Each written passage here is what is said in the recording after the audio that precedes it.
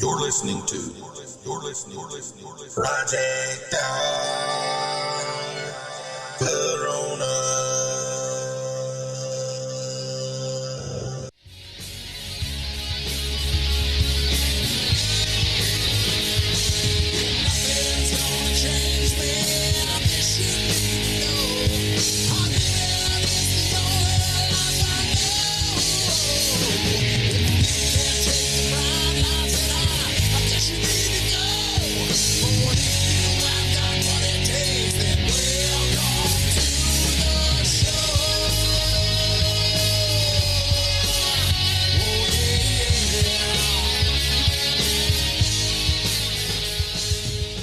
All right, welcome to Project Dark Corona podcast. All right. You like the paranormal? Oh, hey, I don't even know how that ended up being there, but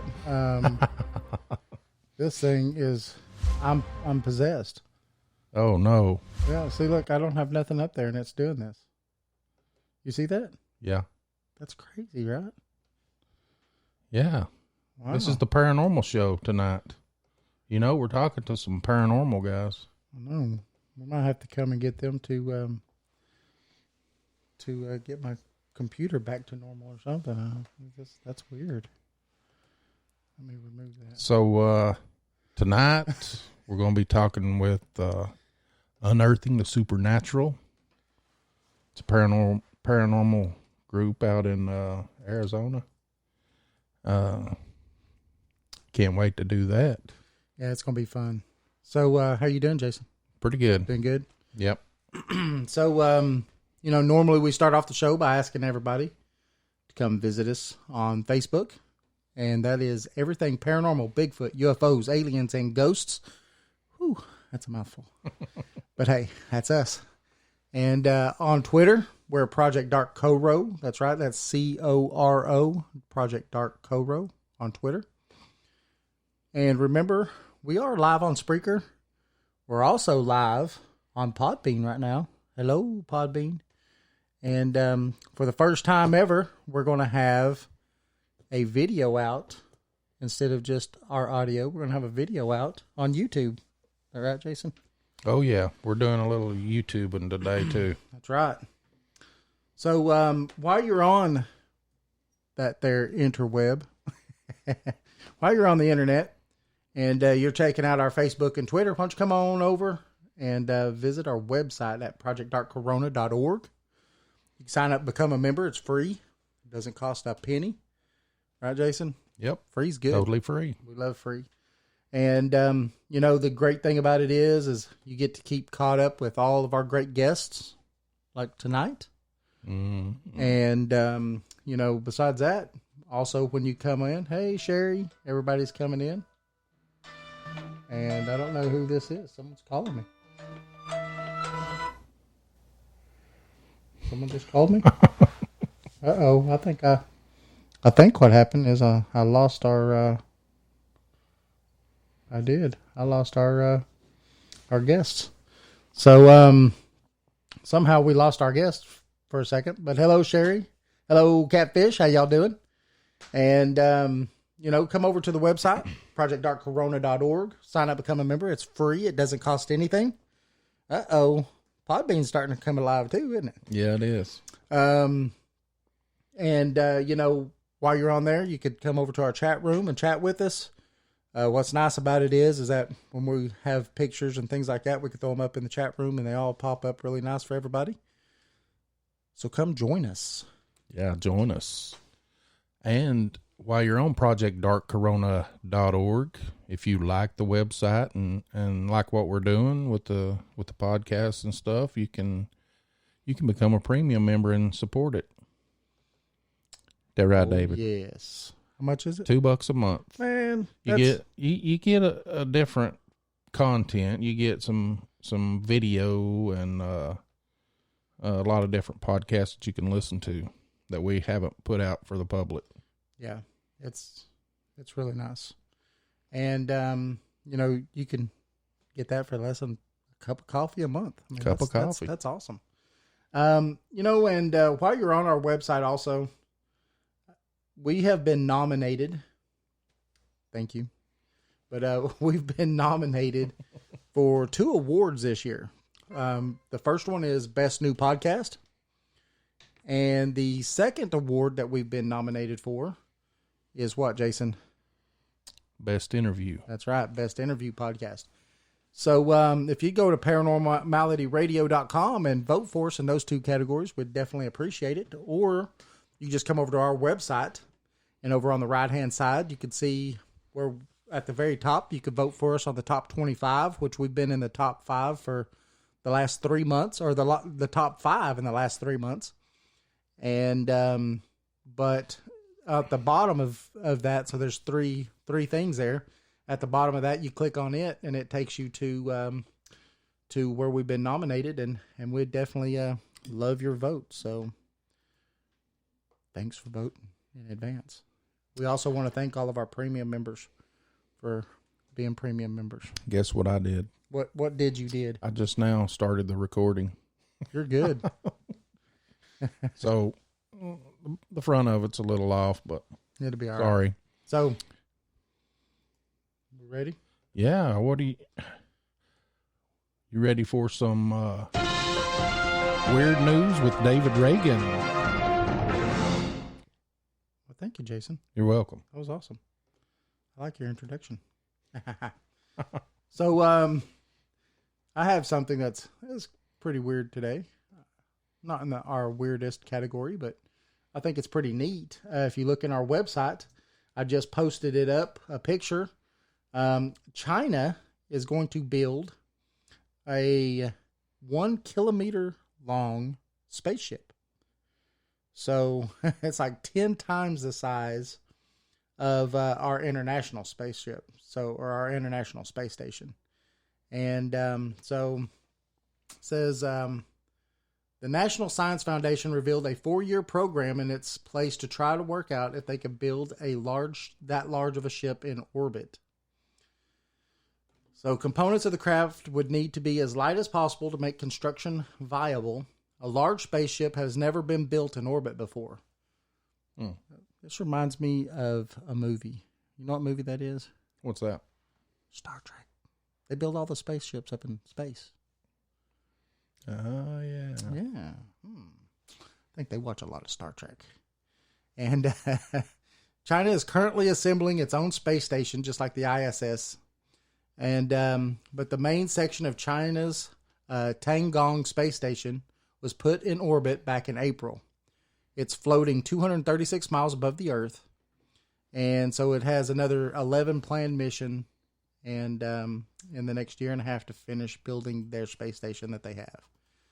So, but they have plans after they build their space station to build an even bigger space station. Well, that sounds good. 1 kilometer. That is a big freaking space station. I think that thing would block out the sun as it comes across during the day. Yeah. I mean, I think that would be huge. They said for size, if you're not in our chat room and you can't really see it, for size, the Brooklyn Bridge is 1.8 kilometers long. Wow. Yeah. So this thing's going to be 1 kilometer. So, I mean, it's going to be huge. Huge, man. Huge. So, we need to take a quick break and do a little, get our little commercial in there. Oh, man. The money spot, you know. We got to do what we got to do, right? Yeah. And when we come back, we're going to bring on Unearthing the Supernatural and going to hear from them. Sounds good. All right. All right. We'll be back right after these messages. You're listening to Project Corona.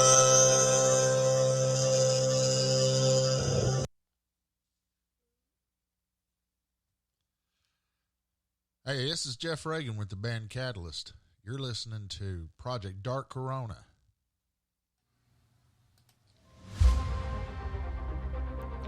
Do you like the paranormal, cryptids, and folklore?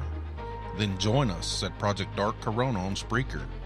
We have a live show on Saturday nights at 8 p.m. Eastern. We interview the best in all subjects of paranormal and strange. Also, join us on ProjectDarkCorona.org. When you sign up, become a member, you'll get to hear the latest blogs and episodes. Thanks, and remember, Project Dark Corona Podcasts.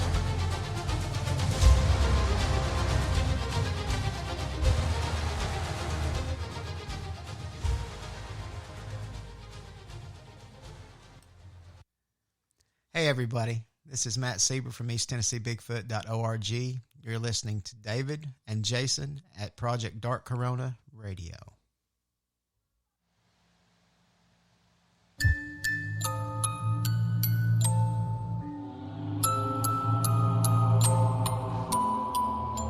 You're listening to Project Dark Corona Podcast, brought to you by Project Dark Corona.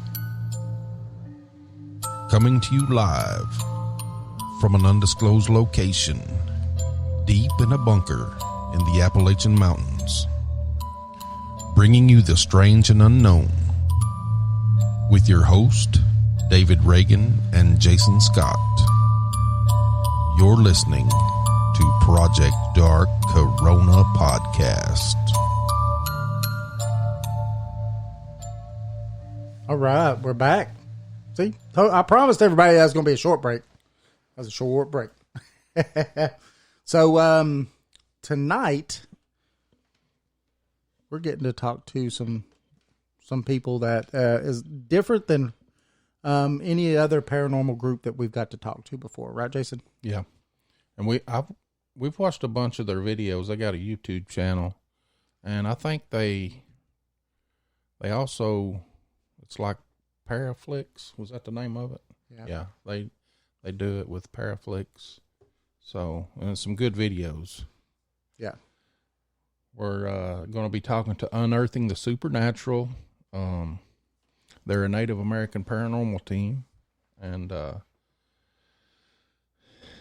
they definitely have a lot of topics and discussion to talk about and share.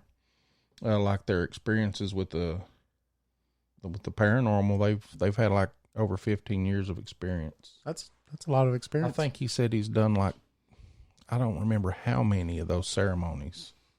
Quite a bit. Well, they'll tell us there in a minute, Yeah. I'm sure. So we might as well go ahead and bring them on and let them discuss, tell them what they, What they all do. about themselves. Yeah, because it'd be easier. All right. How you guys doing? Doing pretty good. And you guys? Oh, doing great. We're doing great. It's a good day. It's a normal day. Oh, definitely. So, what kind of got you guys into going down this road? Well, pretty much I've been doing ceremonies since I was 13 years old. Kind of selected to kind of learn the old traditional ways and kind of keep them alive, and kind of went down a very unique path that very few follow, to where it even took me out of school, but pretty much totally immersed myself in the traditional teachings of not just the Navajo tribe, but of multiple tribes all across North, Central, South America. So we're been working hard to keep the old ways alive, and kind of in today's world, it's a really good opportunity to be able to teach us youth about it with technology, communication, and the means of travel.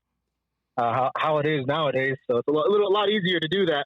But what got us into the paranormal, pretty much, my brother, he would come to several of my ceremonies, and he's like, we've gone through all these ceremonies, we communicate with the spirits, and why don't we pick up a camera and go to these haunted locations and see what we can do to help these spirits out, see what we can do to help communicate. And a big aspect that kind of brought that idea about was my brother and I, we used to grow up watching Ghost Adventures. Yeah. And so we grew up watching them, and we enjoyed their content. And when it came down to it, we would look at it and be like, what we go through, we've gone through a lot of crazy stuff in our ceremonies and how we interact with the spiritual world. Why don't we kind of show people what we can do? Why don't we kind of show people what kind of the Native American world is like? Yeah.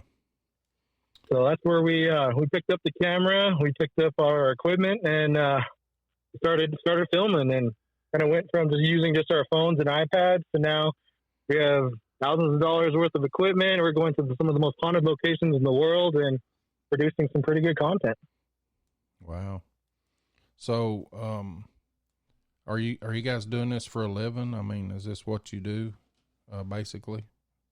Well, as far as for the ceremonial aspect and talking to the spiritual world and helping that out, Yeah. that's going to be a given. We're going to be doing that until we go on to the next world.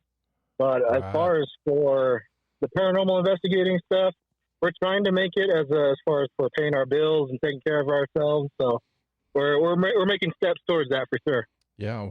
Well, from the videos I watched, I mean, Yin's got it. I know I was watching that one on the YMCA.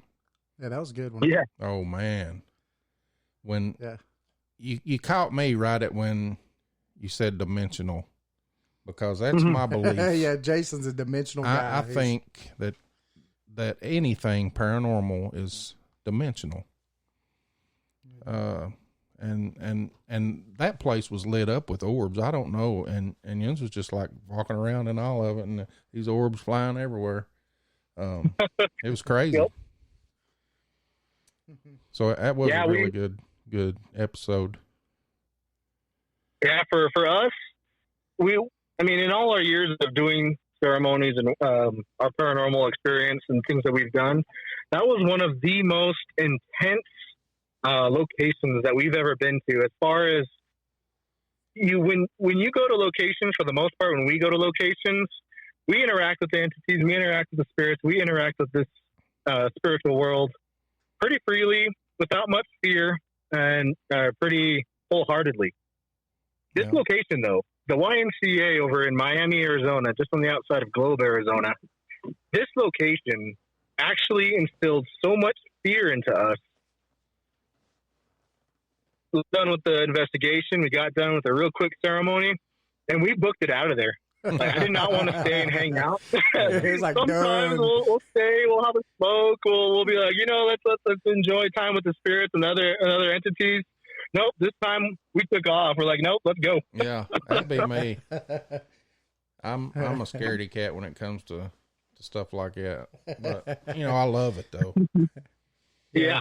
Yeah. I started seeing spirits when I was 3. And nice. Yeah. So I grew up with it my whole life. Now they scared the out of me for the first couple of years of my life. I mean, you're 3 years old, so it's pretty terrible at that time. But they would wake me up at 3:00 in the morning, right out of my bed, and I'd go screaming through the house. And but by the time I was 5, I was like, hey, I'm just not afraid of you anymore. And they stopped waking me up, at least, So yeah, it didn't stop the activity in the house. The house was very haunted, but it stopped them from messing with me. So that's all I cared about. Wow. Yeah. The last one I really saw was when I lived. Well, Jason was there at the last house that I owned, and a little girl. It was on Easter night. And a little girl came out of the bedroom in an Easter dress, and I was like, "You ain't supposed to be there." And I ran down the hallway, and of course there was no one there. But yeah, I saw her come out of the bedroom. It was pretty cool. Wow, nice. Yeah. Good experience. I guess that's a way to step into the paranormal community. Yes. Paranormal world. Yeah. I was almost born into it. Jeez. So, which one of you guys wrote the book? That would be me, Hero. What can you want to tell us, everybody that's we got quite a few listeners here tonight in the chat rooms and stuff. You want to tell us about that book and where they can find it? Yeah, where they can find it.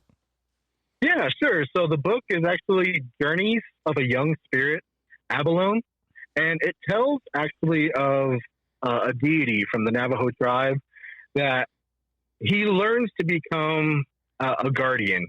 Now, in the Native American traditions and the Navajo tradition, we have border mountains. basically mountains that represent the directions, and they're very sacred to us, not just to our tribe, but to all the tribes in the local area. And this particular mountain that we're talking about is the mountain to the west in Flagstaff, Arizona. Okay. And this particular guardian, how I write about him is a coming of age ceremony where he learns. He's first told that he's becoming a guardian. He's given a guide, a teacher, to teach him, and he's going to go through this journey to become a caretaker, to become a deity that's going to go down in legend. So he has a lot to learn. So he has this teacher that takes him along in this journey, and he has to go learn about how to become a warrior, learn about how to become a guardian. And you can reflect every chapter about the coming of age of a young warrior. Now, it's a 4-part series. Part 1's done. I'm currently working on part 2.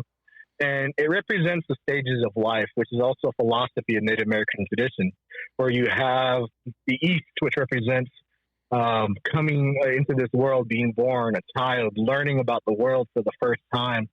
And then you go to the South, which will be a part 2, which talks about being a young adult, being a warrior, being a young child, a teenager, growing up into this and kind of learning more how to be self-sufficient and also take care of others. Then on the part 3 is more of an adult. You're an adult. You have a family. You go ahead and learn about. Actually, instead of just learning about it, you are doing. You are taking care of your family. You're taking care of what you need to take care of. You have responsibilities. And then the 4th part, the North, represents old age, when you become an elder, when you basically start connecting the circle again, where you become so old where you almost become like a baby again. You have to have other people take care of you like a baby again.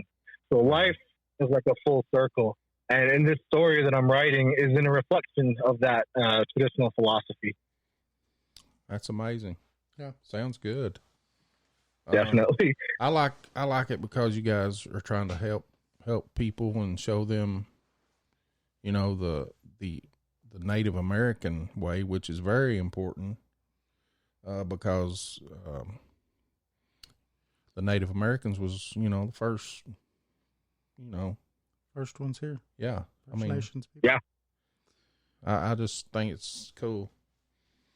Yeah. Well, I have Native American in my family. David looks Native American. My grandfather was full-blooded Cherokee Indian. Yeah. And the Eastern Band Cherokee Indian, I'll say that.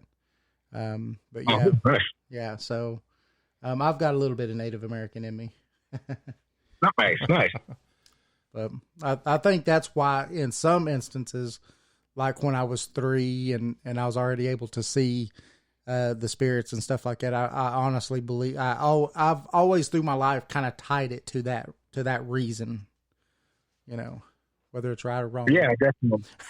Already having that connection, already having that bloodline of being a caretaker of the land, of being that bridge between all realms, pretty much. Yes. Yeah, that's fascinating. So I also we kind of watched some of yours on Bobby Mackey's too. So how'd you enjoy coming here to the East, coming close to where we are? Yeah, that's close. Well, pretty much our first impressions, we drove all night to get out to Kentucky's, where we went to meet our best friend, and Pataya, another member of our Unearthing the Supernatural group. He was out there married out there at the time. And our first thought to getting out after driving all night was, dang, it's humid. Oh, yeah. It was like a wall of water, pretty much. You just step out of the car and you start sweating. It's like, because Arizona is like really dry. So you step into the humidity, you're like, what is this? Yeah. The next thing was how green it was, because over here we have a lot of browns and reds, a lot of earthy tones. Yeah. And yeah, we have green spots, we have forests, we have a lot of ecology here. But when it comes to the East Coast, man, it was green. It was covered in trees, covered in grass. It was green. Yeah. So I was like, wow. Yeah, here in East Tennessee where we live, but the National Forest, the Cherokee National Forest and all that up through there is actually considered a temperate rainforest. We get over Wow. over 56 inches of rain a year. Yeah. So, Wow. yeah. That's crazy. So how'd you like Bobby Yeah. Mackey's? So, like I said, my brother and I have been growing up watching Ghost Adventures since we were little kids, since season 1.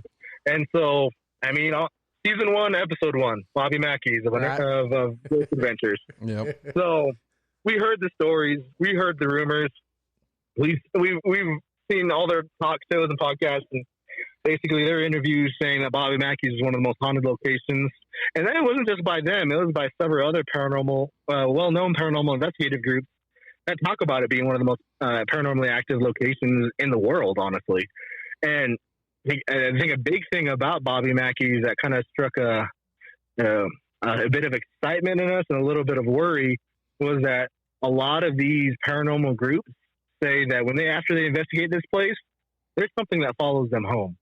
So we're like, okay, well, what's here? What's bothering people? What's affecting people?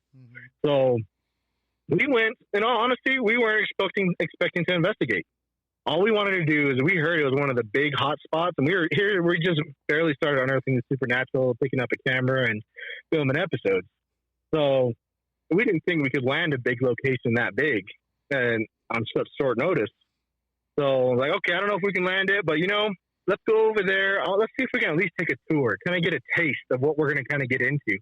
We're going to be stepping into the most haunted locations in the world. Let's get a taste and see what it's like. So it was interesting how it happened, because a couple months before our trip, we had submitted an inquiry as far as for investigating, and then if not, then the tours. We didn't hear anything back from them. They were like, okay, I guess we're not going to Bobby Mackey's. We'll just go ahead and just film other locations that we're talking about. And on our way, halfway there about Amarillo, me and my brother sat down, we're having lunch. And we get an email. And in this email, you live in Amarillo, Big Texan's awesome. Yeah, we actually went to Blue Sky Burgers, which is really good. I'm a truck driver, so I'm all over the United States. We're in everywhere from, East Coast to West Coast to Canada. So nice.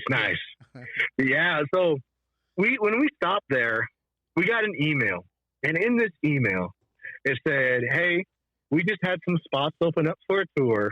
Would you guys still be interested?" And they gave the dates of the tour, and it just so happened to fall right on our trip.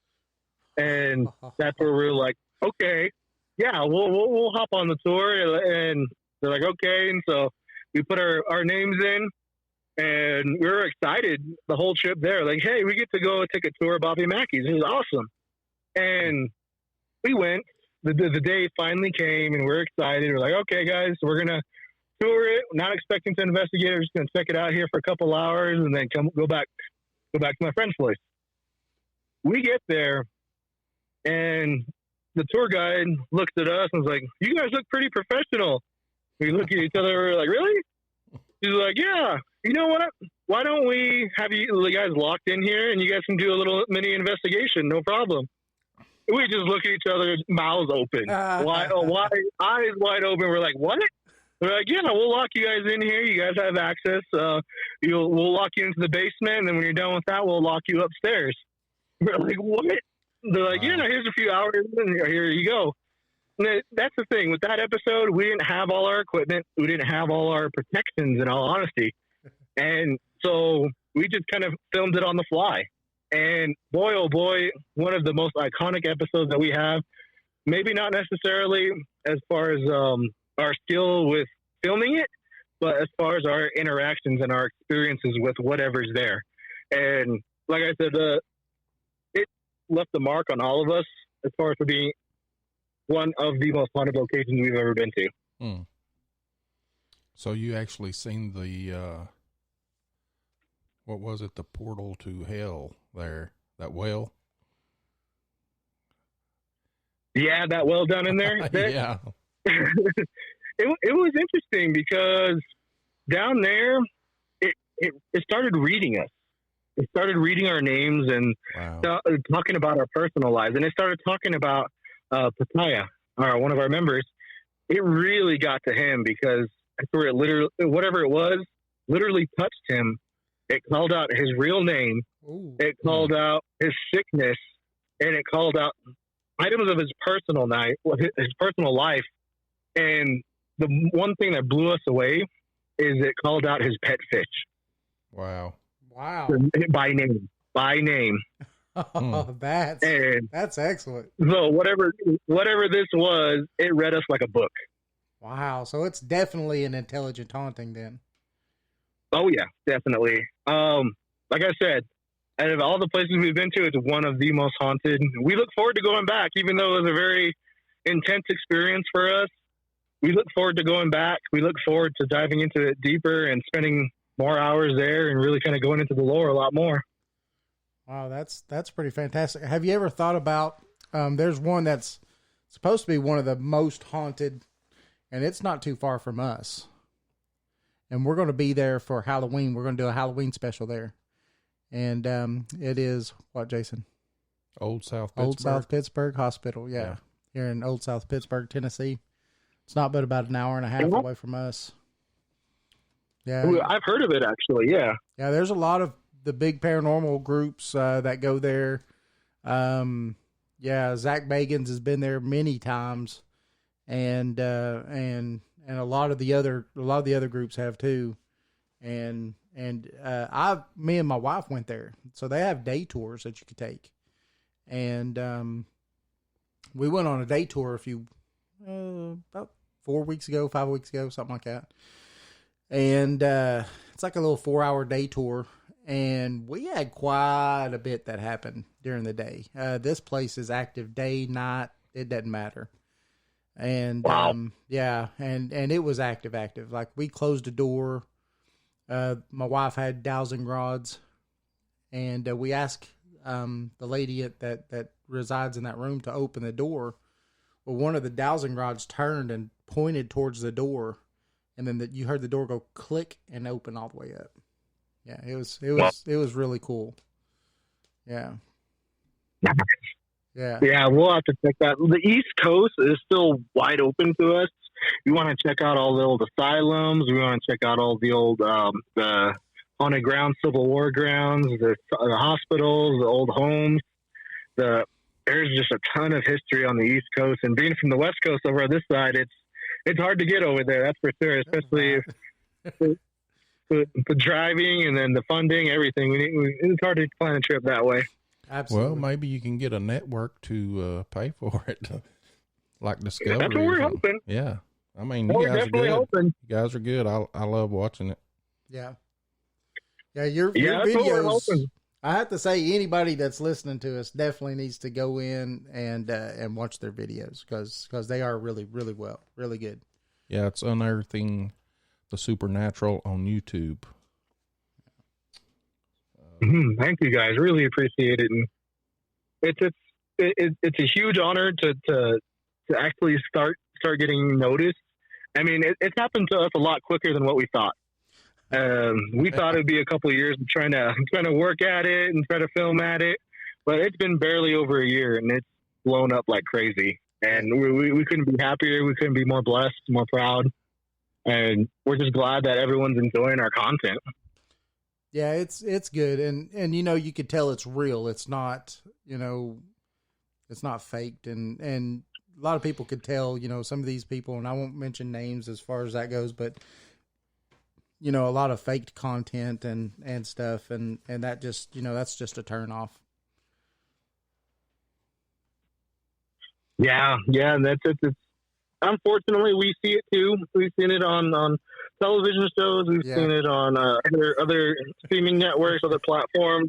The fakeness of it. And in all honesty, that hurts us as a paranormal community, the ones that actually take this very seriously. Absolutely. I mean, we as indigenous people, we as Native American people, this is our part of our life.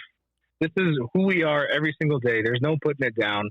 There's no giving it up. This is just what we deal with and what we interact with every day. And to see people trying to fake it, to see people trying to mess with it, how we say is "Konski, Ashtaton Konski." you try playing with it, it's going to bite you. It's going to hurt you when you try playing with it. Absolutely. That's a fact. Yeah. And, Yep. being Native American, I mean, their culture, I think, from what I've seen, it's always been about the spiritual realm. Everything they do is spiritual and talking about the Creator and everything. I mean, it's in their daily lives. So, I mean, who better not to bring us the information from the spiritual realm? Exactly. That's our mindset, and that's our belief with it. And one thing too is that makes us a little bit different is we try to be really careful with what we show. If you notice on all our episodes, you notice on all our talks, our explanations, we leave a lot of the sacredness out. Mm-hmm. We leave a lot of things that people could use and misuse. We leave that out. What we hold as Indigenous people, our secrets, and going those steps further, that's reserved for in person. That's reserved for if you're ready for it. Right. What we produce on our shows, what we produce on our content is, you'll notice we don't have full songs on there. You'll notice we don't have full prayers. We cut it off on purpose because we don't want anyone playing with it. Like I said, playing with it when they don't know what they're doing. Right. And we respect our sacredness. We respect who we are. But behind the scenes, behind the camera, when it's still rolling or when what we don't show, we do the full ceremonies. We do the full prayers.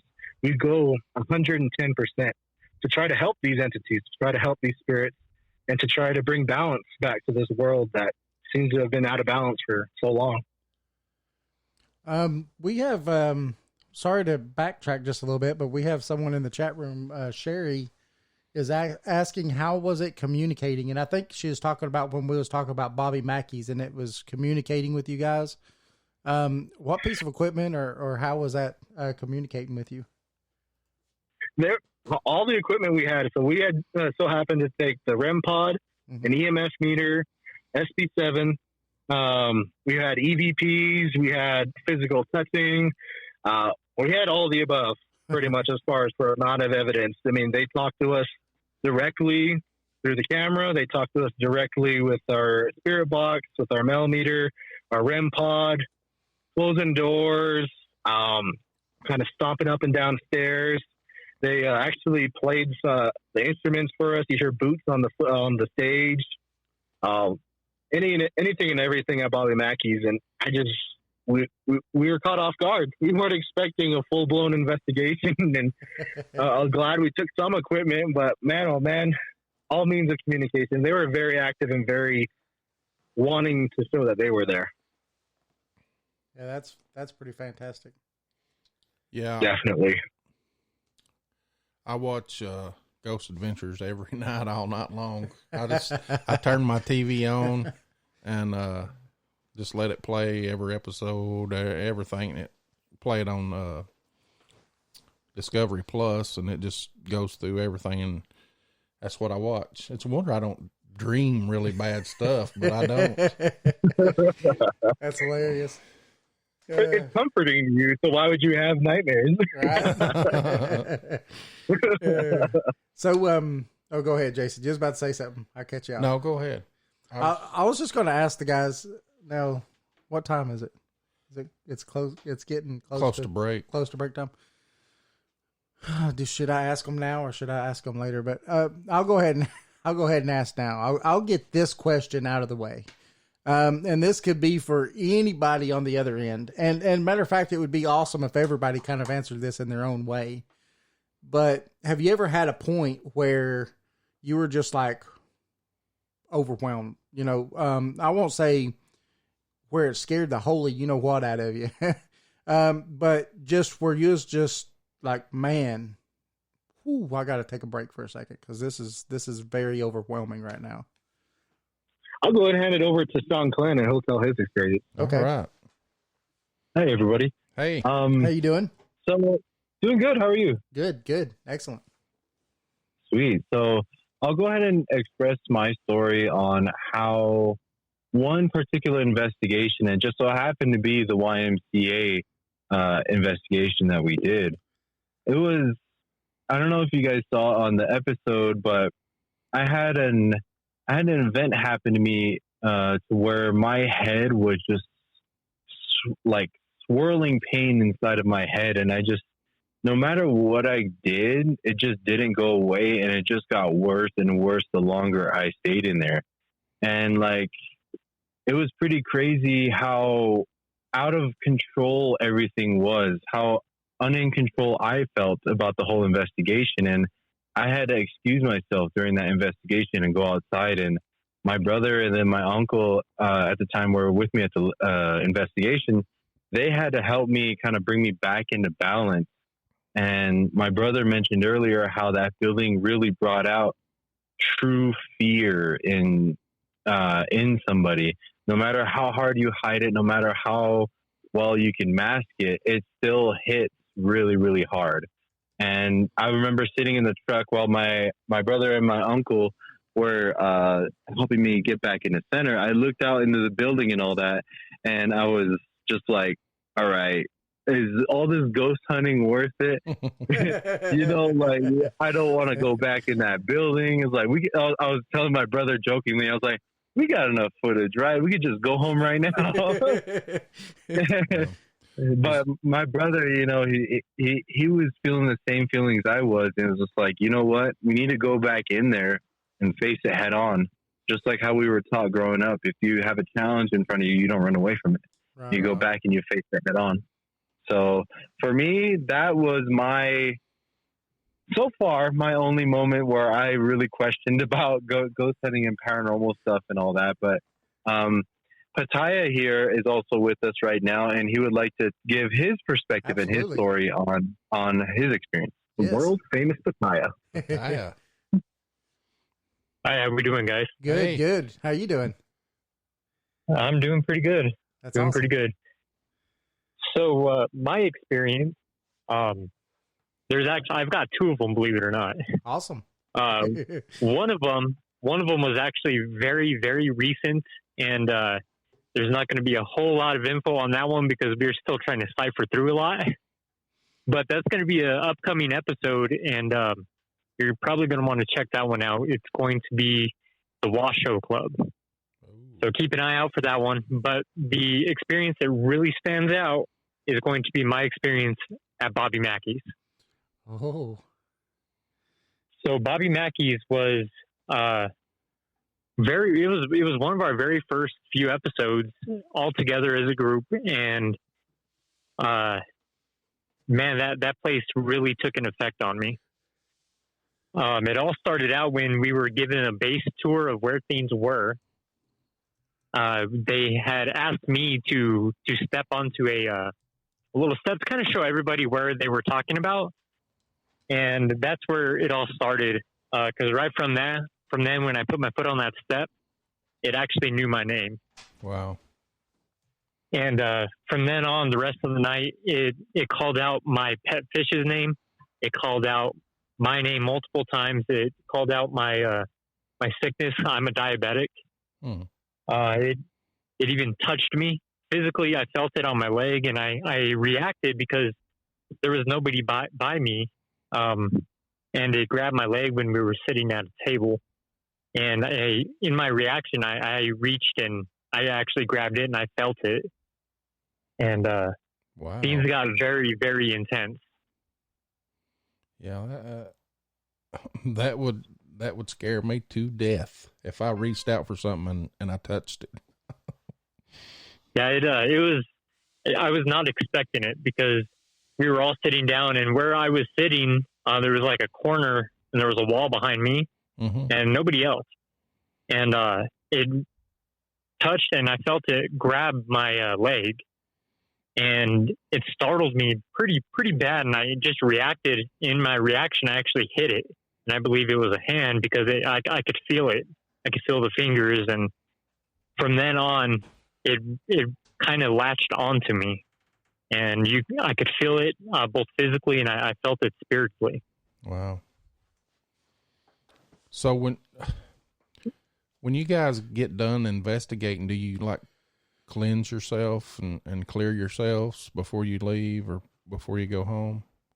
Or Oh yeah, definitely. We have a very, I hate to say ritualistic, but we have a very strict routine. right. A very strict routine to where we would finish out the investigation. Every investigation is seen as a ceremony. So you have the introductory, then you have the meat of the body, to where you deal with the investigation. You help the spirit to do everything you have to do, and every investigation is different. But the ending is always the same. You help the spirits out that you can. You bring balance back to the location. You do what you possibly can, and at the very end of it, you give offering. You have to always give offering to these beings as a thank you, as well as helping them out, feeding them, saying thank you for letting us tell your story. Thank you for your interactions. Thank you for speaking and communicating with us. In turn, we're going to give you this offering. And with this offering, enjoy it, partake of it. And from here on, you're not to follow us. You're not to mess with us. You're not to bother us in any means or ways, to where this tobacco that we give to you is a line drawn in the sand. You are not to cross it. And to this day, that's been a really good, to where for the most part, we've always been really protected. We haven't had any issues or really things following us. There's been a couple instances where we deal with, I guess, a ghost hunting hangover, I guess is the common term that the paranormal community uses. Yeah. Where we're just tired, or we feel a little sick just from being up late at night, and almost like a hangover, but you mean without any alcohol. Right. That happened when my wife and I went to Old South Pittsburgh a few weeks back. Even though it was a daytime tour that we went on as a 4-hour investigation, when we got home, we both went to bed because it was so draining. It felt like they were literally pulling energy from us, other than the instruments and stuff we were using. It was pretty crazy. Definitely. You're walking through dimensions, you're bridging gaps, you're the conduit. You're feeding off their energies, they're feeding off your energies. It's a literal ceremony, it's a literal battle, it's a literal dance. And every time we try to communicate with the other side, to the caliber that we do as paranormal investigators. That's awesome. I like the way that you put that. That's really good. Yeah, I do too, especially when he said dimensions. Yeah. That's something I want to talk about that after we get back from the break. We're going to have to take a quick break so we can do some stuff. But I want to talk about the Native American part of the dimension. I want to know about it. Yeah.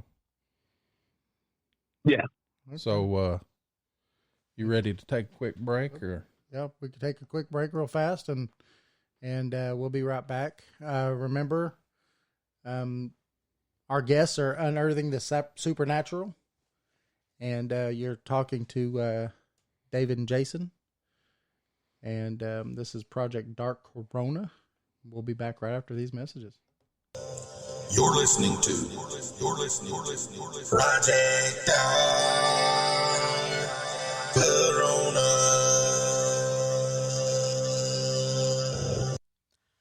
Hey everybody, this is Matt Sieber. I'm stuck in a bunker with David and Jason on Project Dark Corona.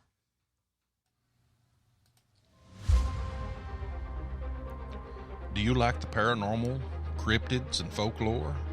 Then join us at Project Dark Corona on Spreaker. We have a live show on Saturday nights at 8 p.m. Eastern. We interview the best in all subjects of paranormal and strange. Also, join us on ProjectDarkCorona.org. When you sign up, become a member, you'll get to hear the latest blogs and episodes. Thanks, and remember, Project Dark Corona Podcasts.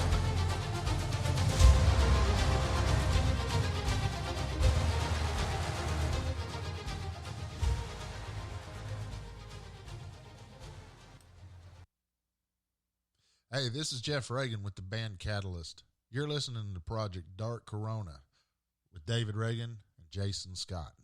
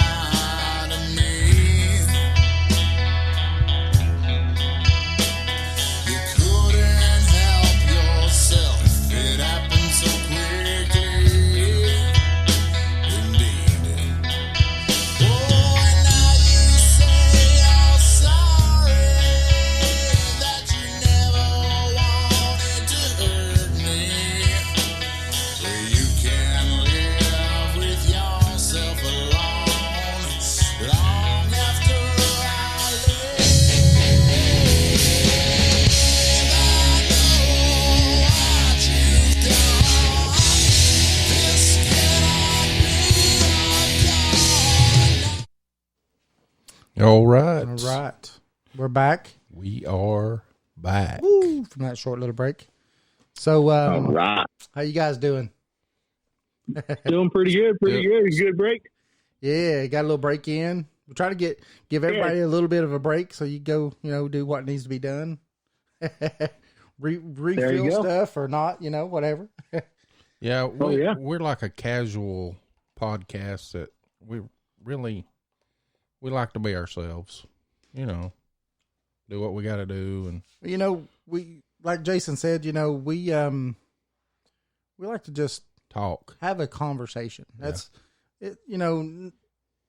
We've got nominated for what, Jason? Best interview. That's right. Best interview. So, but the reason I don't feel like we really do interviews. I feel like we have really good conversations with awesome guys and gals and guests like you guys, and I think that the conversation is where it's at, because I think you bring more out in a conversation than you can in an interview. I agree. So you had some questions, Jason, before we left. Yeah, I was just wanting one of them, hero or all of them, to just explain how the Native American side of the dimensional belief, works. And I don't know. Yeah. I think I understand kind of what you're getting at. Okay. So, So with the Native American belief, with how we are and how we interact with things, it's very particular, as well as not necessarily just a belief or a tradition. We think of it more of like a way of life. It is who we are. It is how we live. And when you get down to it, the prayers talk about every breath, every step, every thought, every moment in time is a prayer. So you take care of yourself, and you take care of the world and those around you, like it was that beautiful prayer. And that's where a lot of lessons really stem from, is everything you do is a prayer. Every motion you make is an interaction with the other side, is an interaction with yourself. They say a lot of traditional beliefs and a lot of traditional aspects see ourselves as dimensional beings, see ourselves as having 13 of our own. We have 13 sectors, 13 chakras, 13 beings of ourselves, and representing of our past, our present, our future, up, down, around, connection to the creator, connection to the spirit world, a connection to mortality, a connection to who we choose to be, and a connection to what we have been and the now. So all of that really entails just a single being, just a single person, a single human. And it's a 360 degree thing. And that's just not in a circle, that's in a sphere. Everything around us that we interact with is a charge. Everything we interact with is a connection. So how Native Americans believe in these entities that interact, we believe in like thunder beings, which is a completely different classification of spiritual entity. We believe in other elementals, fire, earth, water, stone. We believe in the air. We believe in different types of air, different types of water, the different stages of water, the different stages of plant life, and how plant life grows. How we believe is we interact with worlds, and I guess in a sense dimensions of a multitude, almost an infinite kind of palette. And how we interact with it and the knowledge we have is infinite. We cannot gain all the knowledge that there is. We're not supposed to as humans. We're not meant to know everything. But what we can do, what we can interact with the world around us, we do our best. Our whole lives is nothing but learning. So that's a kind of like a real quick summary, I guess. There's so much more. Like I said, I've been doing this for a long time, and I'm barely scratching the surface. That's amazing to me, though. That's really good. Yeah. I mean, most people do good to just think about what they're doing during the day, much less understand, any of these other, other realities that are going on at the same time that we're walking through this life. You've got all this other stuff that's happening, and, most people are just blind to it. Yeah, I think. Yeah. So. Yeah. It's what we, as indigenous people, for the most part, it's innate in us to where we grow up with it from even the point of conception. A mother has her prayer, a mother and father, when they come together, and the point of conception to where we are starting to have life. That moment, the prayer starts at that moment. Life starts, and that prayer continues on all the way through childbirth. That ceremony happens, and there's a lot that goes into how we indigenous people care for not only childbirth, young child life, but even as we grow, the teachings that are instilled within our youth are very sacred and very special and very strategic in how we raise our children all the way to adulthood, and you're still continuing to learn into old age. And then even when you pass on to the next life, when you go start your journey, you're still continuing to learn. The things that you didn't learn while you were alive, while you're on this earth, you learn on your journey and you continue on from there. So it's a continuously learning path of interaction and life. That's fantastic. Philosopher hero. Well, now that is good though. That helps me. Even listening to you helped me a whole lot. That's crazy. Yeah, we really get deep with a lot of stuff, especially when we go into podcasts. We're able to express a lot more into the philosophy and kind of dive a little bit deeper when it comes to podcasts. Yeah, that's good. Yeah.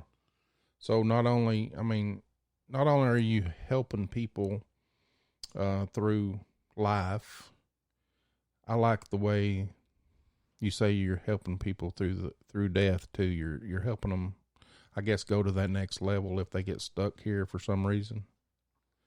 And exactly, yeah, that's awesome. So I have a question kind of based on what Jason just said. Now, I do know that there's quite a few pretty haunted locations, and they have a few rules to be able to investigate at these locations. And some of these rules are you can't help anyone pass on, you can't cleanse, you can't do any of these things. It's because they want these spirits there because they're making money off all this stuff, right? What do you think about ever going to one of these places? No, actually, we've gone to a couple of those. It's interesting because we get frustrated as spiritual healers, spiritual protectors, and people of our caliber to tell an indigenous person you can't do ceremony in a certain location it's insulting to us. It's like, come on, this is our sacred area here. You're telling us we can't. But my brother in the group and we've coined the term spiritual enslavement. Mm-hmm. And what we mean by that is someone at these particular haunted locations are charging money. A lot of times they charge a lot of money to rent out a location for a night. And you get to play with their spirits, but you can't help them if they're asking for help. Yep. They're crying, begging for help a lot of times. And you are not allowed to help them. You are not allowed to do anything other than talk to them and play with them. Right. And then you're supposed to leave peacefully and forget pretty much everything other than what you recorded.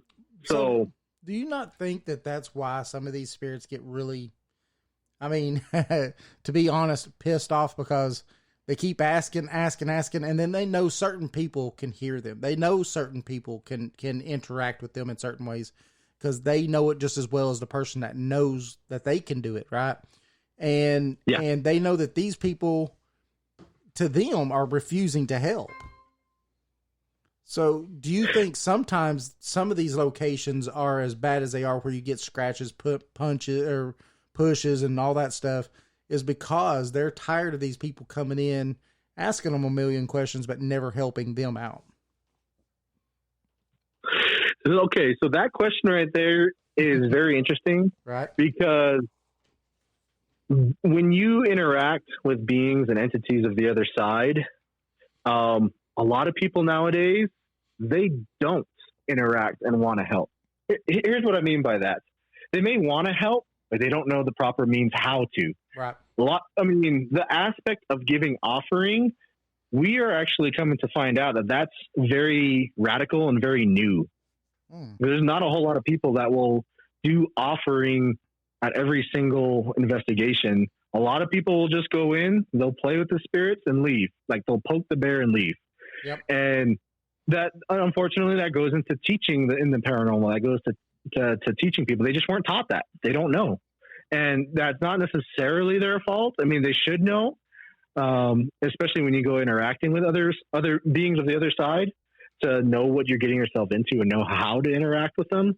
But if they don't have a teacher, if they don't have anyone to show them otherwise, then they don't know. Yeah. Then it's ignorance. It's ignorance almost on an innocent level, because you don't see that really on TV. You don't see that in all the popular shows, and they base a lot of their paranormal techniques on what they see on popular television. Right. So that's where a mission of us is to try to be able to be like, hey, let's show people how to properly interact with beings of the other side. Let's show them how to interact, because a big thing that we talk about is there are beings here beyond written history. Mm-hmm. There are beings all around, beyond the Old West days, beyond the Civil War days, beyond what you can remember. And indigenous people have been interacting with all these different beings, all these different types, that they're there and they're forgotten. People just go to an axe murder house or they'll go to a haunted location and try interacting with those ghosts that are more recent from the news story they heard. Mm-hmm. But what about those spirits that are there before the house was built? What was just down the street? Was this maybe a sacred creek where there's an entity that was revered long, long ago that had offerings done on a regular basis? And now there's no one there to do their offerings. So this being's pissed and therefore causes mishap. And so that's something we're trying to help teach and help interact and tell people, like, hey, think beyond written history. Think about where you're at. If you're on North American soil, Central American, South American soil, this is indigenous land. People have interacted with beings for millions of years. Yep. Then you got, when you go overseas, you go into Europe, Egypt, you start going into Asia, Africa, Russia, all those lands, they have beings there that are beyond written history. And to choosing to be able to just interact with recent history is something that we kind of need to change in the paranormal community, I think. And it's huge, especially for when you want to help the area, when you want to help the land and help the beings around. And what's cool is not only do we show that with our evidence, show that with our episode, but we live it. That's just how we are. It's who we are as people, as a group. And we're just willing to share it and show it. Yeah, that's fantastic, because I've always contemplated the fact that, you go in and like you said, you're just kind of really toying with them, right? They're asking for help in a lot of ways. I mean, we'll say, when it's an actual intelligent haunting, because, I believe that there's unintelligent hauntings too, I agree. But when it's an intelligent haunting and these things are actually trying to interact with you in one way or another, and you're sitting there just like, hey, just, kick me or punch me or scratch me or move this chair or, hit this balloon down the hallway, or just give me a sign that you're here, make a noise or something. And and they do these things for you or whatever, but then you never listen to them to help them out, and what you guys do with that's fantastic. Definitely. And kind of backtracking on that question you asked about the places that have mandates, laws, and rules about doing ceremonies and stuff. Mm-hmm. Like I said, we get a little bit upset about that. We get a little irked because our particular ceremonies don't just blanket a location. We talk to beings on an individual basis. Right. We help them out. We like, okay, so-and-so being, we look at each individual being. Do you want to go? Do you need help? Okay, we'll help you out. Let's cross over. We have ceremonies for that. You go to the next being. You like it here? Okay, let's give you some offering. Let's give you some supplies. Let's make sure you're comfortable here and you're able to interact freely. And this is going to be your home. How can we make you comfortable? And a big thing too is if there is something darker that's holding these beings here for whatever reason, you have to break those chains. You have to break that hold, push back that darkness and let the innocence go. And you handle darkness in a different way. Right. But kind of what we understand on the flip side of that is, like what I said earlier, not everyone knows how to interact with these beings. Not everyone knows how to do these ceremonies or these prayers or to interact with the start of the journey and to help these spirits. What's there? There's some people that claim they do, but they'll mess it up. They'll screw it up pretty bad and make the situation worse. And I think those people is the reason why they put those laws there. Those people that don't know what they're doing but claim they do is the reason why those laws are there, because they can mess with an entire building and upset the spirits. Right. But there's always ways to go around those rules because they own those property owners. They own the property, but they don't own outside the property. So usually with beings that want to go, we'll respect the owner's rules, we'll respect the owner's properties, but we still answer the call for help. We help the spirits come outside the property and we perform a ceremony. And here's the thing. An owner of a haunted location should not be afraid of that type of interaction, because those beings that there's beings that want to stay at locations. We've seen that at every location. There's beings that want to stay there. They love interacting with humans, especially the phantom beings. They love feeding off of fear and emotion. Right. They love being there. That's kind of their home. So we respect that. We help them and give them offering supplies. But those that want to go will step outside the property lines and be like, okay, let's do the ceremony. Most of the time, though, most of our locations, we talk with the owners and be like, are you okay if there's beings that need help with us helping them out? And for the most part, there's only one instance where it's been otherwise. But for the most part, they've been like, yeah, you guys go ahead. So it's very important to get that permission first. Right. And to not piss off the owners, and to not piss off the caretakers, but to teach them and have them understand. And that's what we're all about. Wow. That's amazing. Yeah. I know that you guys investigated the Vulture City mine. On multiple occasions, yeah. Yeah. I watched some of it. I was just, before I came over here, I started watching it, but I didn't get all the way through it. But can you tell us some of the things that happened to you there in Vulture City, and the good stuff? Oh yeah. Either one of you. Yeah. Oh yeah. Vulture City, that is gonna forever be kind of like almost like our HQ, almost like our big break, because we interacted with some amazing people. Jay and Marie Yates. We met Jay for the first time going to investigate there, and he showed us around, and he saw who we are and how we interacted with the beings, and we have such an awesome relationship with them, the caretakers, and now even the owners of Vulture City, so much so that my brother is going to be the new ghost tour lead, to where he's going to be leading people through the ghost tour of the area. But let me go ahead and tell you the story of our first interaction there. When we went there, we knew it was a very active locations. There's something going on that for some reason there's an influx of paranormal activity, what we were told. And so when we went there, we did a ceremony at the mine shaft. And this ceremony at the mine shaft kind of confirmed to us our suspicions that the Vulture Peak Mountains there were a very sacred lands to indigenous people. And there's even some tribes that have gone extinct from that area, that those mountains are an extremely sacred grounds. In the fact that those mountains, in the particular portion where Vulture City is at, is where they buried the monsters and giants from the creation stories.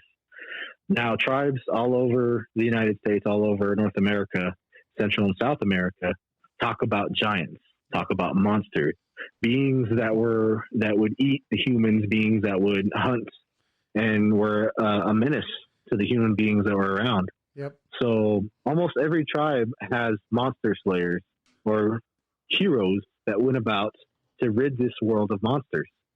And when this task was done, the monsters' bodies were left rotting out in the open and was causing sickness to the people that were around.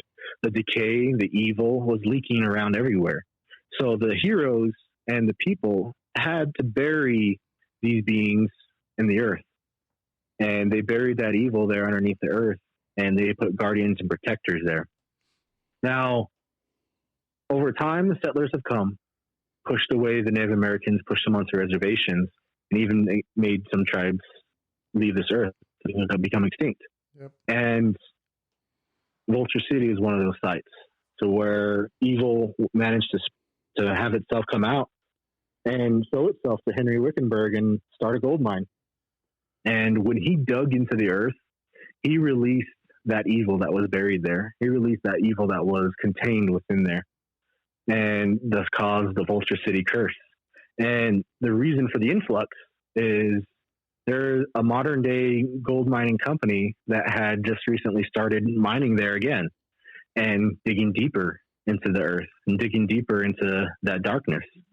And when we investigated there, we found those actual spirits of those monsters roaming around the town, chasing these ghosts that call that place home, the spirits that call that place home, chasing them inside the buildings.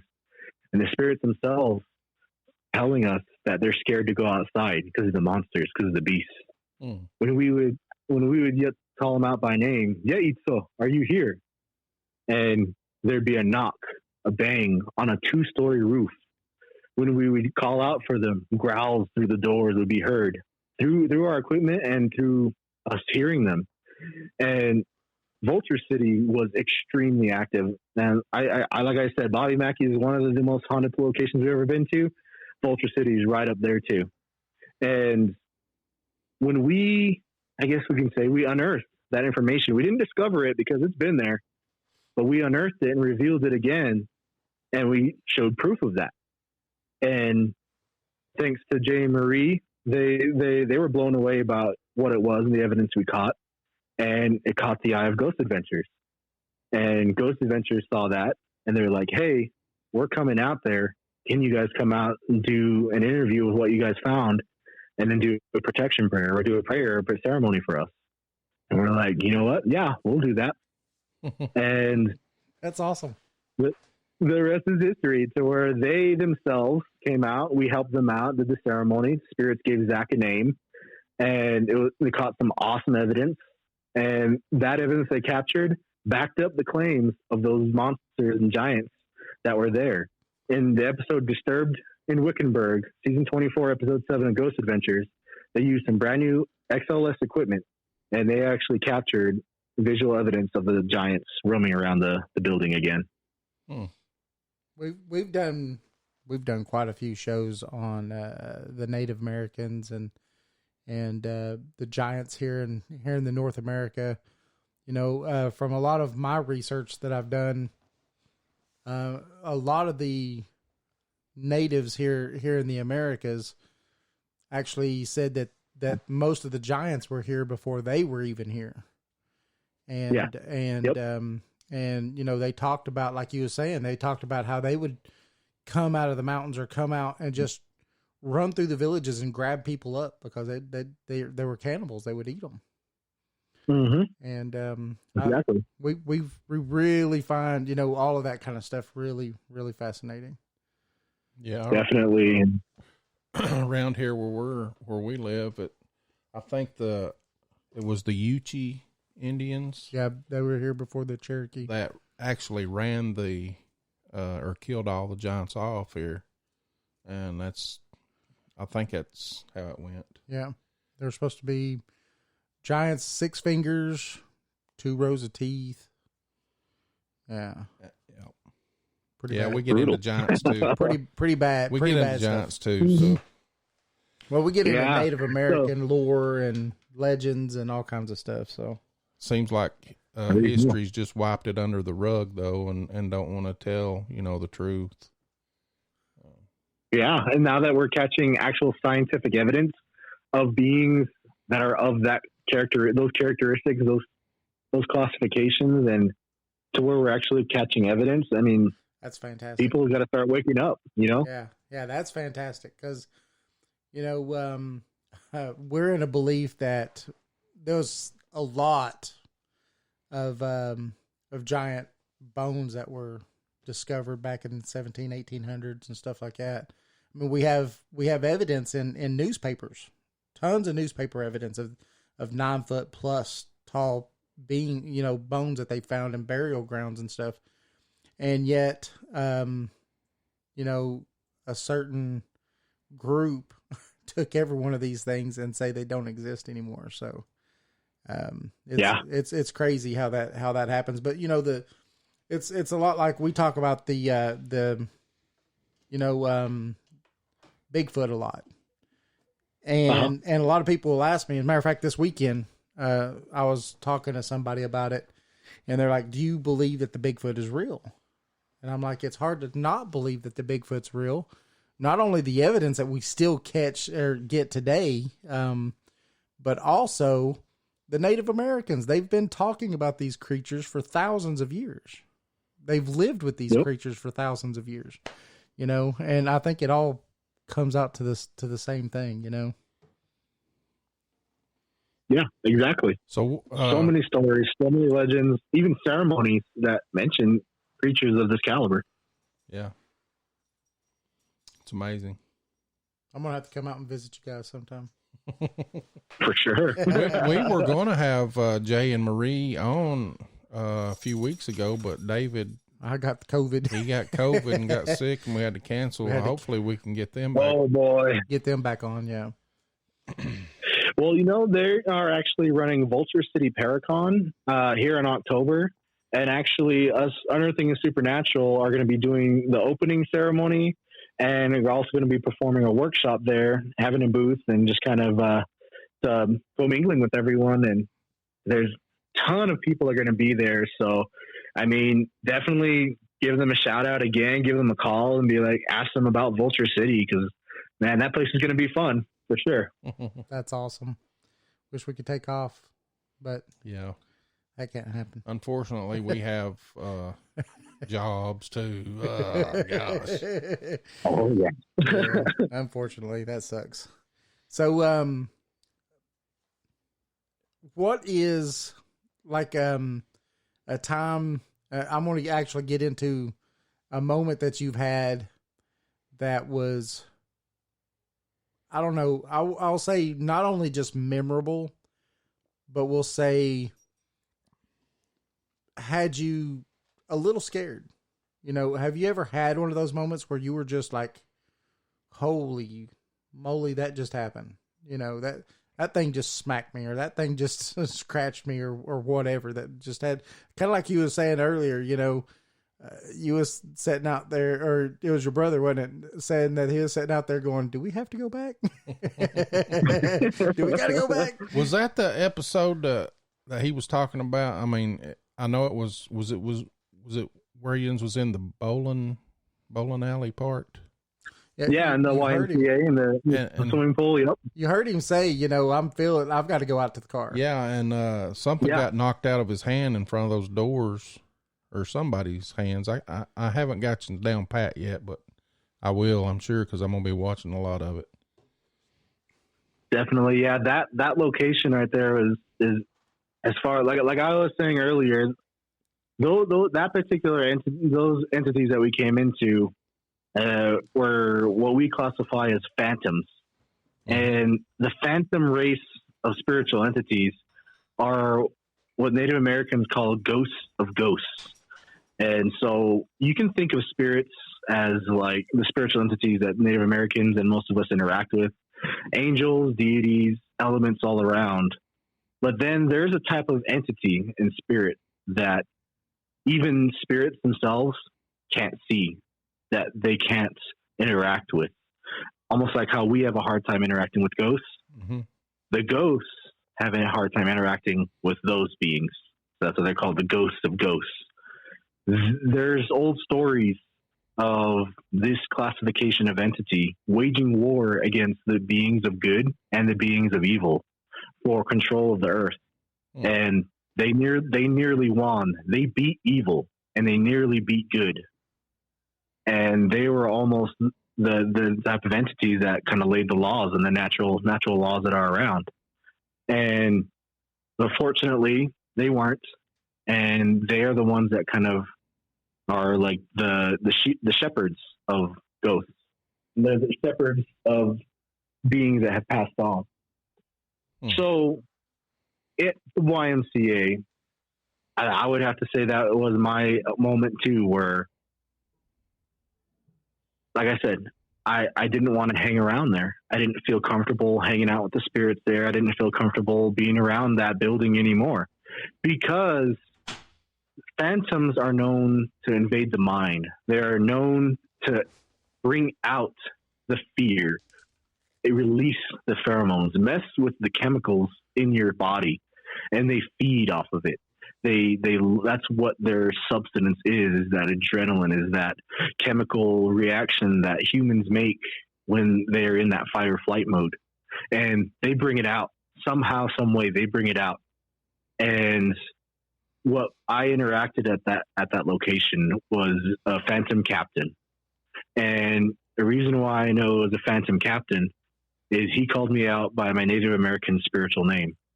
And we barely caught him saying it on camera. I tried turning up the volume as much as I could on that piece of evidence, and you can barely catch it. But I heard it clear as day, called out my name, and we had a conversation. And that's at the end of that episode, that message that was spoken by Zalkad, that voice, the phantom that's representing the phantom world, that was the actual message and conversation that was given to us. Wow. That was the words and message that they wanted to give to the world. And to sum it up, they're tired of people playing with them. And they said, if you come to play with us, don't expect to come out the same way. We are here. We are a part of nature. We are a part of this creation. This is who we are. So expect us to interact with you and don't play with us. That's basically the message that they gave. And that episode, and every episode we interact with, is a completely different type of entity, a completely different type of spirit and classification. And we don't plan it out. I mean, we go to these locations and it just so happens it's completely a different kind of entity, a different kind of spirit. But for me, the YMCA, that moment where he called out my spiritual name and wanted me to give a message to the world. And there wasn't much of a ceremony I could do other than give those beings in there some supplies and some offering. Other than that, the feelings they give off of kind of just affecting my physical nature, releasing that fight or flight for no explanation, really. There was nothing really in there that was truly terrifying other than it's just an abandoned building. But for some reason, those emotions, those feelings were like forcefully pulled from you, and you were like shoved it in your face. You deal with this fear. You feel this fear, and you are going to feel it to the fullest extent. And there was nothing as far as for like demonic entities. There was nothing that was purely evil. Mm-hmm. But that's why they say you respect the pure phantoms, the ones who are born a phantom. You respect those entities because they are one of the main ones. Like I said, there was good, there was evil, there's in between, and then there's phantoms. They're an entire classification of their own. And that's what we're trying to spread is those beings you respect, those beings you watch out for. So have you ever come in contact with anything that you would think would be on that demonic level? You know, I'm more of a feeling that, you know, I don't really put demonic to quite a bit of things because I think that term's way overused. But, you know, I'm like Jason in this aspect that I believe that most of these types of things are some type of an interdimensional being. And I think it's like an interdimensional leech of some kind that they have to feed off of, you know, our energies and our fears, like you was just talking about, you know, and they know how to pull that out of you. And, but have you run across any of these types of beings in what you've done? Yeah. There are 2 actually episodes. Honestly, we think Bobby Mackey's, there was something we would classify as demonic, but we didn't have enough time to dive too much into it. Right. But 2 episodes for sure that we showcase and kind of how we interact with the truly demonic. The old Gila County Jail in Globe, Arizona, and then the return to Vulture City, the second time, or technically the third time that we went there. And at the Gila County Jail, in that episode, you'll see Pataya getting shoved up against like a filing cabinet, literally off his feet, hands into his chest, shoved into a filing cabinet, tossed across the room. Wow. And he went through his moments of true fear. We were able to capture what true fear is as far as his reaction, the shakiness of his hands, his eyes, loss of breath, his heart rate, everything. We had to calm him down, and it pissed Sean Glenn and I. It pissed us off because you don't touch our friend like that. Right. And all night we were getting signs that he was there. We were getting the spirits calling out for help, telling us that God has forsaken them, and there's this being that's keeping them there. He made his presence known by calling out our names, by even mentioning the ghost ceremony that we do. And prior to that, we did not mention the ceremony at all in that building's vicinity. Mm-hmm. And he brought out on the SB7 spirit box, use that ghost ceremony. Mm. And there is no way that there's going to be on a radio station something saying that. Nope. Not only that, but this device is going through FM frequencies at such a fast rate that something of the same voice saying an entire sentence like that, calling us out. Right. Yeah, so that's the fantastic. The spirits called out his name. His name was Darkus. And I knew immediately who that was. He was a captain underneath a general named Sagan. He's of the 33, the Ars Goetia. And so Darkus, he's a captain that's in charge of copper. Globe is one of the most abundant copper producing towns, a huge copper mining location.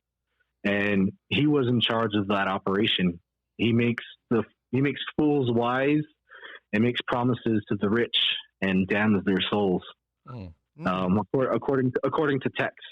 Right. And when he was there, we interacted with him, and he so happened to shove Pataya. We got him out of that situation, calmed him down. And what makes us different is where most people would run, scream, and hide and take off and never go back in there again. Pataya says, I want to go back up there again and face it alone. And we, as a warrior, we respected that. Like, all right, you go face him again. And I said, I won't be too far behind, but I'm going to let you face him. So he went up there and he was going to face Darkus again. And Darkus was literally manifesting before his eyes and ready to. And you see me and Sean Clan run up the stairs. And just so happens the camera was recording this whole interaction. I ran up, cussing up a storm because I'm pissed off that he's messing with my friends. He's messing with my family. And I see this dark mass. I see Darkus. And you see me shove him. And you hear Darkus getting tossed across the room, slamming into the debris that's in there. Caught on camera, a human shoving a demonic entity. Awesome. Wow. And on top of that, the interaction of the other beings that were there on the SB7, you hear, "Oh my God." And I mean, I wasn't even thinking about recording at the time. It was just, thank God there was a camera right there that caught it. And that's one of our most intense pieces of evidence of where you hear a demonic entity literally crashing into objects in the room. Wow. That's pretty fantastic. That's pretty cool. And go ahead. That showcased who we are. And that's what we deal with even before we picked up the camera. You know, our ceremonies, we deal with the dark side. We deal with the demonic. We deal with bringing balance back into this world. And we have ceremonies for that. We have teachings. We have ways of crossing those bridges and even physically touching the spiritual realms. So I'm glad that we caught that evidence to show that, hey, there's more to it than just being scratched, touched, or shoved by ghosts. Mm-hmm. There's people out here that can do the exact opposite and do it to them if they so choose to cross that line. Now that's fantastic. I like that. We're going to take our very last quick break. And, but when we come back, let's talk a little bit more about what you was, elaborate a little bit more like what you was just talking about, how are you able to, affect them like you are? And we're going to leave them at just right there, cliffhanger. Look at that. You better stay. Better not go nowhere. We'll be right back. We are talking to Unearthing the Supernatural. And this is David and Jason, Project Dark Corona podcast. And we'll be back here in just a couple of minutes. You're listening to Project Dark Corona.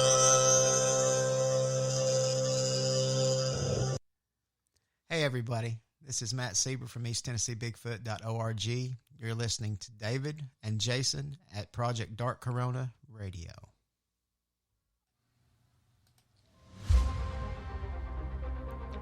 Do you like the paranormal, cryptids, and folklore? Then join us at Project Dark Corona on Spreaker. We have a live show on Saturday nights at 8 p.m. Eastern. We interview the best in all subjects of paranormal and strange. Also, join us on ProjectDarkCorona.org. When you sign up, become a member, you'll get to hear the latest blogs and episodes. Thanks, and remember, Project Dark Corona Podcasts.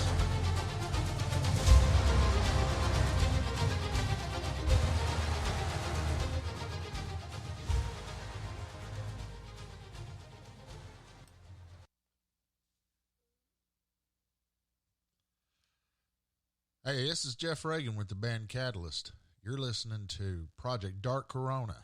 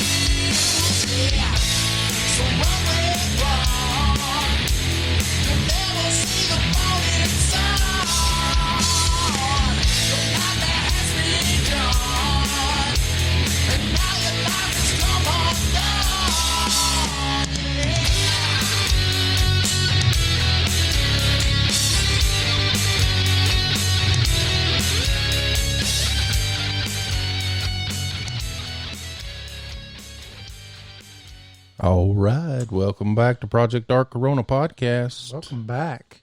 You know, that's the second song by Catalyst we've had tonight, and we haven't once said that, you know, that's Catalyst, East Tennessee.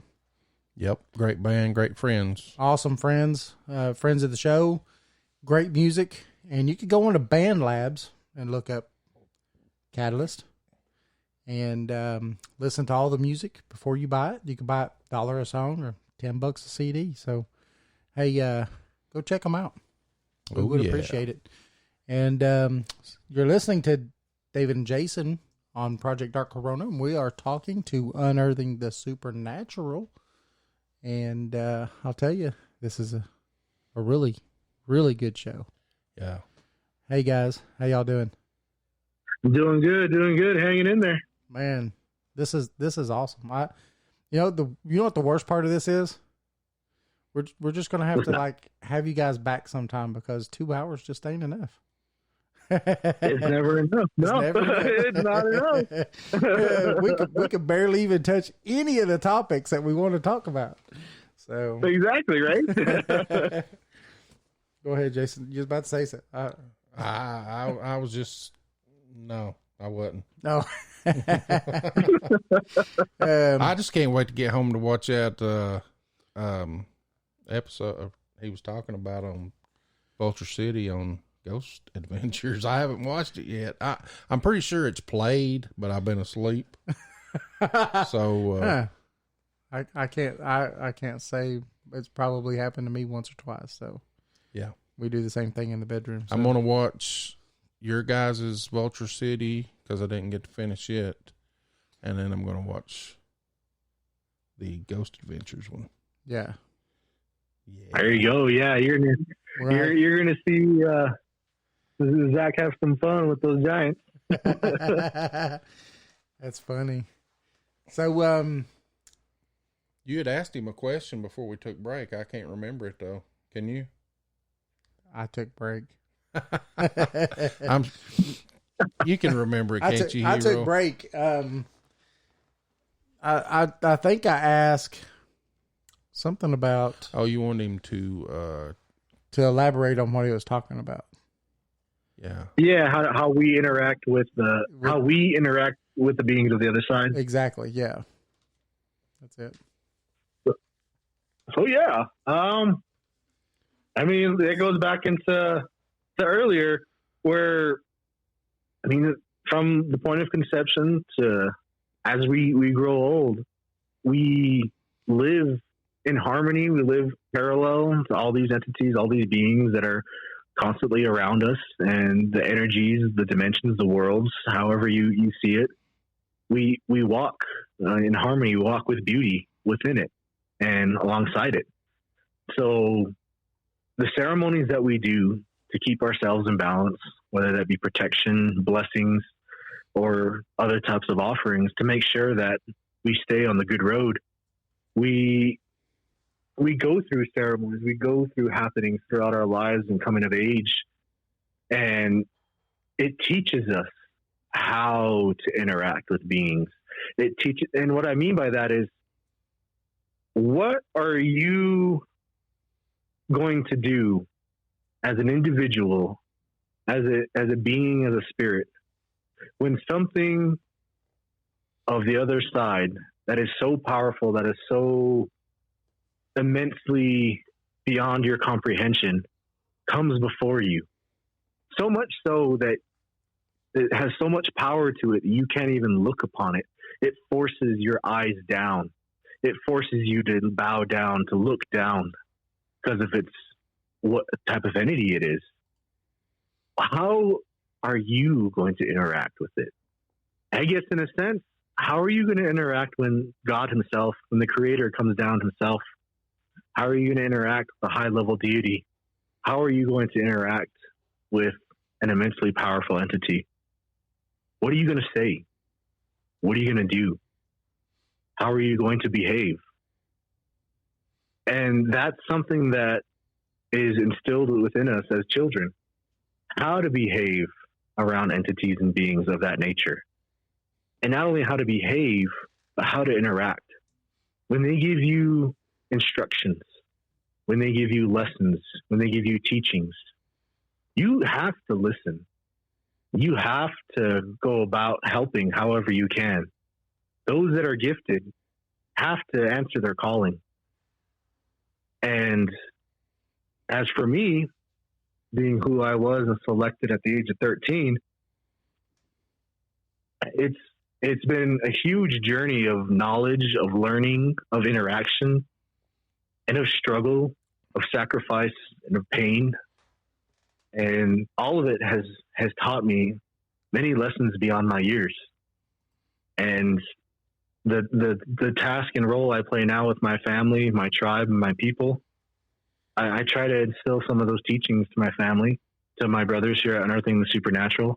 And now we're trying to instill some of those teachings with all our audience, or the people who view our content, of interacting with these beings, whether that be with our sacred ash that tells the stories of the fires and how the fires bridges that connection with the other side, to how you bless your weapons or your armor or your tools for war, how you give offering, how you collect herbs, how you carry around your medicine box and the things inside your medicine box.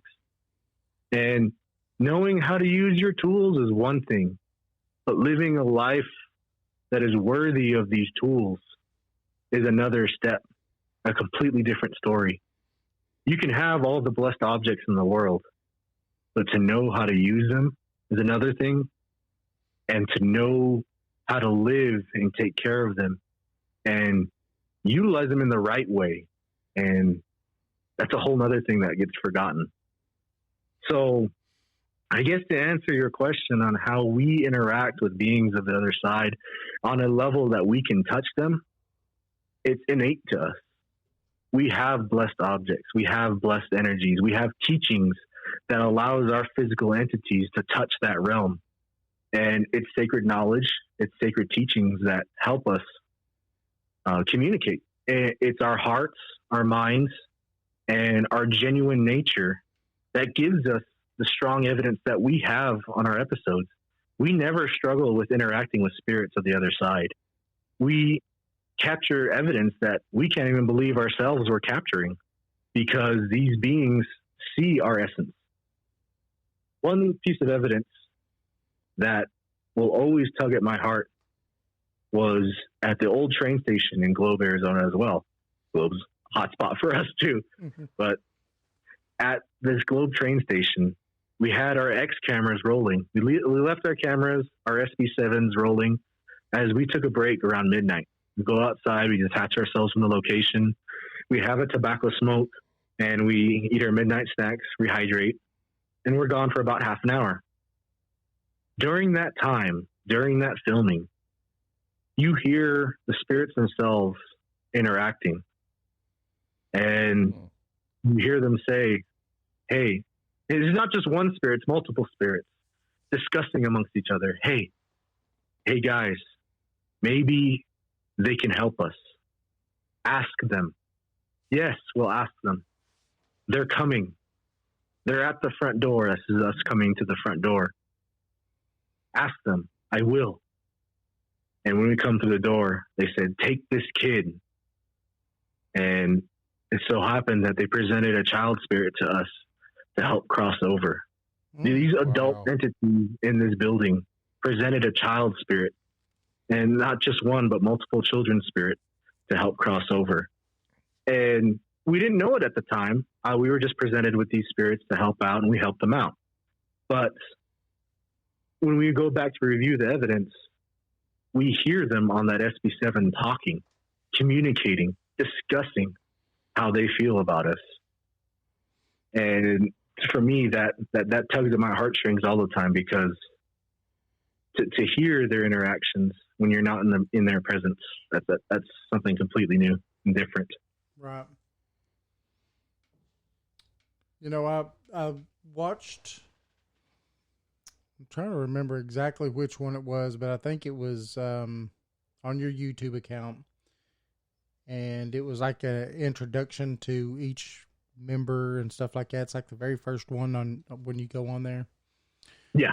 And you had, it might have been you, but someone had said that sometimes there is spirits and entities that don't like to talk to you guys because you're Native American. Oh, yeah. Have you run into that a lot? Not a lot. Those are more likely from the other side. Obviously, the dark, evil, and demonic, they hide. They'll actually confront us. They'll force these spirits not to talk. And we've seen that in several of our episodes. You can see that as well. But you also do have spirits that are more modern, that have passed on back in the time when racism was okay. Right. And here's something to understand. Native American ceremonies and ways of life, the religious practices, were not allowed all the way up until 1970s. Absolutely. The ghost dance you was mentioning before was expressly prohibited for your people too for a very long time. Yeah.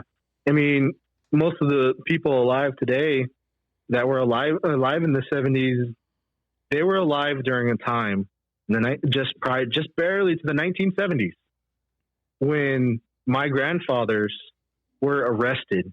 My grandfathers were trying to perform their ceremonies in secret to keep the balance of this world, to even pray, to practice their traditional beliefs. And the police, the military, would go to their sacred sites, would go to the teepees, would go to their hogans, and literally burn down burn them in their own homes, burn them in the teepees. And even when we were kids, my brother and I, we were barely 4 years old. This is in the 1990s, early 2000s. Our sacred sites bulldozed in front of our eyes at the anime camp, just on the Hopi Navajo reservation border. Right. So, and even to this day, Standing Rock Sioux Tribe, you have our sacred sites here at the Coet Sleet and then the San Francisco Peaks fighting for our water rights. Yeah. It is still a constant battle to this day. Racism, whether people like to believe it or not, is still alive and is still flourishing. And whether it's based on just racism, another big problem is greed. The money, almighty dollar talks. Always. And so for some reason that talks more than a people's belief that goes back hundreds of thousands, if not longer, years. Right. Ways of life, ways of living, humanity. We've petitioned to the United Nations for the mistreatment that the United States is still giving us.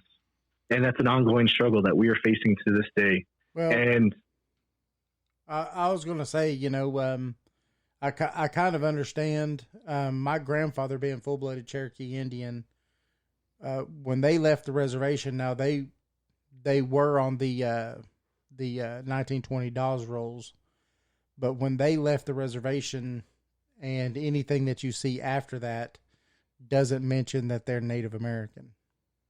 Yeah. They purposefully left that out because, of all the stuff that went on at that time. Exactly. So now if you try interacting with beings from those times, like at Vulture City, there's one particular being there that uses a ton of racial slurs because he lived in a time where the Apaches and the Native American people of that time were the enemy. And so they see us there doing our ceremonies and they'll shoot racial slurs at us. And the Ghost Adventures actually caught a picture of him with a rifle. Wow. On their episode, one of their most key pieces of evidence they've captured to date. So when you look on that episode, you'll see him pointing a gun towards us, holding a gun behind us as we're doing our ceremony. There's a shadow figure that's caught on his full spectrum camera. That's fantastic. You just mentioned this shadow figure and stuff, and we've done multiple shows on shadow men and shadow people and all those kinds of things because we kind of tend to think that they're a little bit different. In a lot of ways, they seem to be a little bit more malevolent, and some people believe not. We've had people on both sides of that, on the show, but Where do y'all, you all stand as far as the shadow people and stuff like that?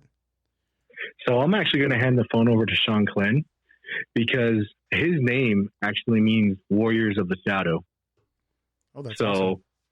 So he's actually a warrior of the shadow, and I'm going to let him give you his opinion on what shadow people are. Awesome. Hello again, everybody. Hey. Hello. Sweet. So, yeah, it's kind of like when you think about shadow people, you got to understand that they're a different classification of spiritual deity. They're their own, I guess you can say, spiritual deity that roam in a plane of existence of their own. And they are, like how we say, masters of shadows, masters of the darkness. And being of their own classification, there are many different types of shadow beings out there. There's good, there's bad, there's in-betweens, there's neutral. And it just really depends on who you really deal with when it comes into the shadow realm. One thing that during my trainings into the shadow techniques and everything is I was always told is that you got to understand that darkness isn't like the actual black darkness isn't bad. When the sun goes down at night and you're alone in the room and it's dark and black, learn to embrace the darkness. Mm-hmm. Have it hold you, love you, and because that in itself is its own deity in its own right. It's just how you got to respect the sun and then the light. You got to also respect the darkness and the moon that come with it.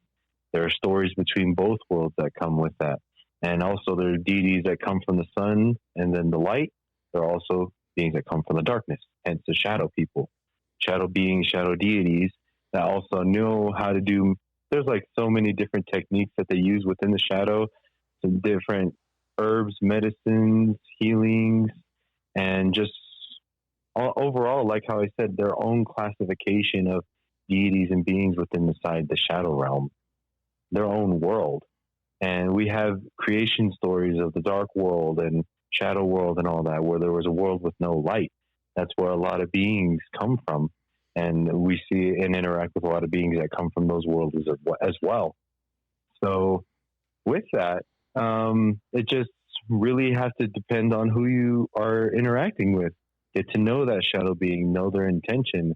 And one question I always ask is like, shadow people sometimes they don't like to talk and they don't speak much. You just see them a lot everywhere. And it's just like, okay, well, what's their posture like? Somebody doesn't have to speak to you for you to understand that they want bad to do bad onto you, or they want good intention. Just like how you look over your shoulder and you just have a weird, bad feeling about some person across the restaurant who's just thinking bad about you, or just some random place. Same thing with spiritual deities. That's another technique that we learn to use and actually in our investigations to investigate who we are interacting with and see like, okay, is this shadow being pissed off? Is this shadow being happy? Are they just interacting? Do they live here? Do they need help? It would just kind of have to go on a case by case basis on what type of shadow being you are dealing with. So it's definitely like how we said, it's like it's in its own world and classification. But in a rough summary, that's kind of how we view the shadow people in our tribe. Okay, that makes some sense though, because we've talked to some people who've had very negative experiences with these shadow entities. But then we had a guy on, Mike Ricksecker, who's been on Travel Channel and History Channel and all kinds of other really big name stuff and stuff. But, he had, as a kid, kind of a positive one. And what I say by positive is that he was laying trying to sleep, but then he became, it's a lot of these people talk about getting kind of like a sleep paralysis. So they can't move. They could see, but they just can't move anymore.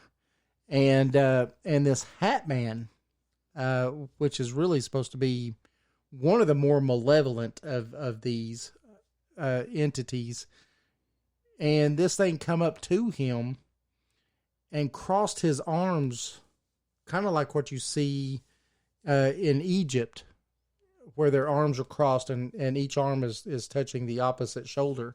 Literally touched him, crossed his arms over.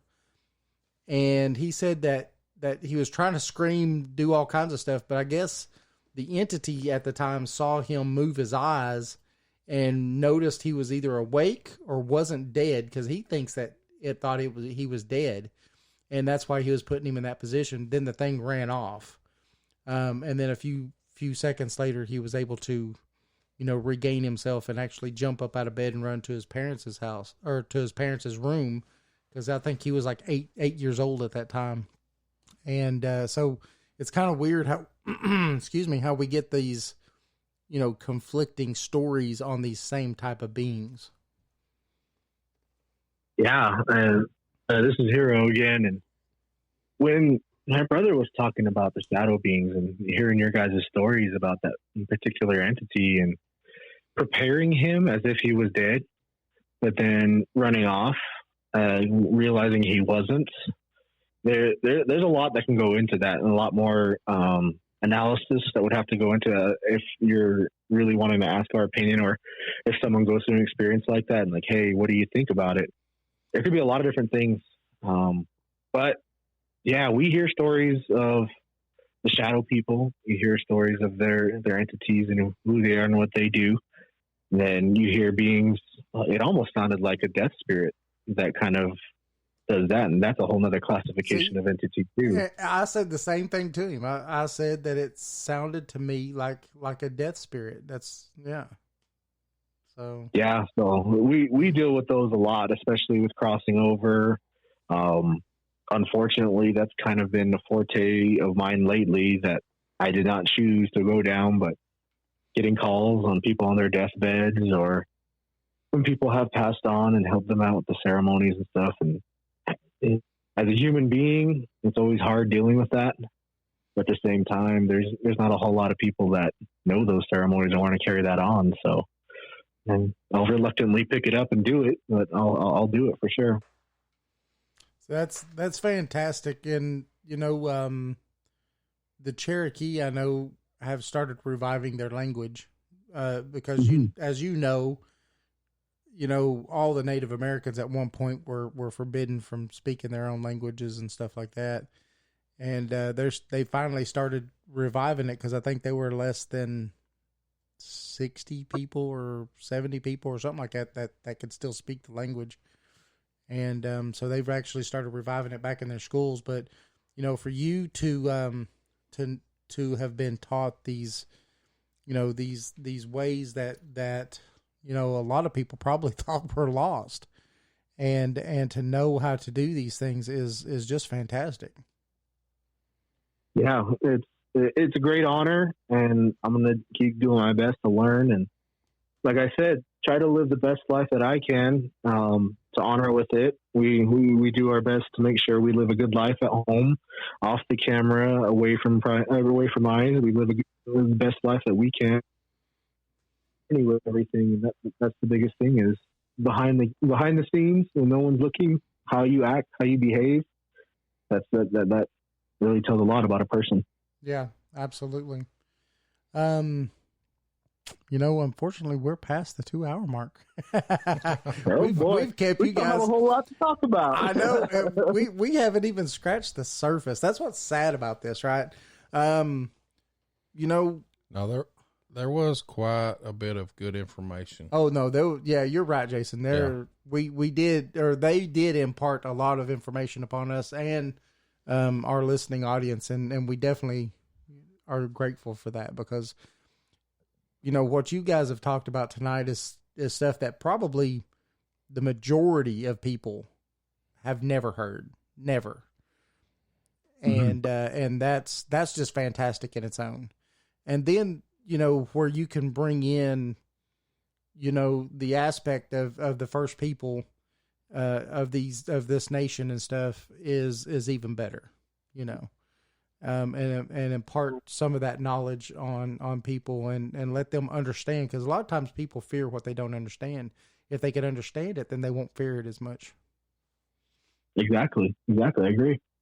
So, before we reluctantly let you guys go for the night, if you would make sure everybody knows where to find you. If you're going to be on any other shows, go ahead and tell anybody. But let them know all your websites and everything, because I'm definitely, like Jason, gonna start watching you guys really closely, and hopefully we could have you back on the show again.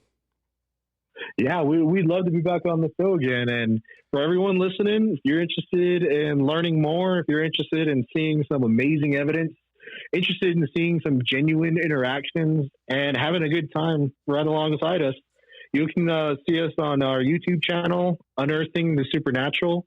You can also look at us on Facebook, Instagram, and Twitter as Unearthing the Supernatural. And a big platform where you can see all our new evidence, our season 2 that we're currently filming right now. And the gracious host for us right now is Paraflix. You look at them at Paraflix. They're we're doing exclusive content for season 2, where we are investigating some places on the reservation, which is what we kind of missed due to the pandemic and reservations being locked down. We get to hit up an old trading post, two old trading posts, get to hit up some places in Nevada and some local areas as well. And oh boy, we got some brand new equipment and awesome evidence and a lot of stories and teachings to tell. Oh, that's fantastic. Yeah, it is. I could listen to you guys all day. Yeah. This, we do a lot of paranormal shows. We do a lot of shows, this is all we talk about, right? Is paranormal and Bigfoots, UFOs, aliens, and ghosts and stuff. But, it's really nice hearing a completely different perspective.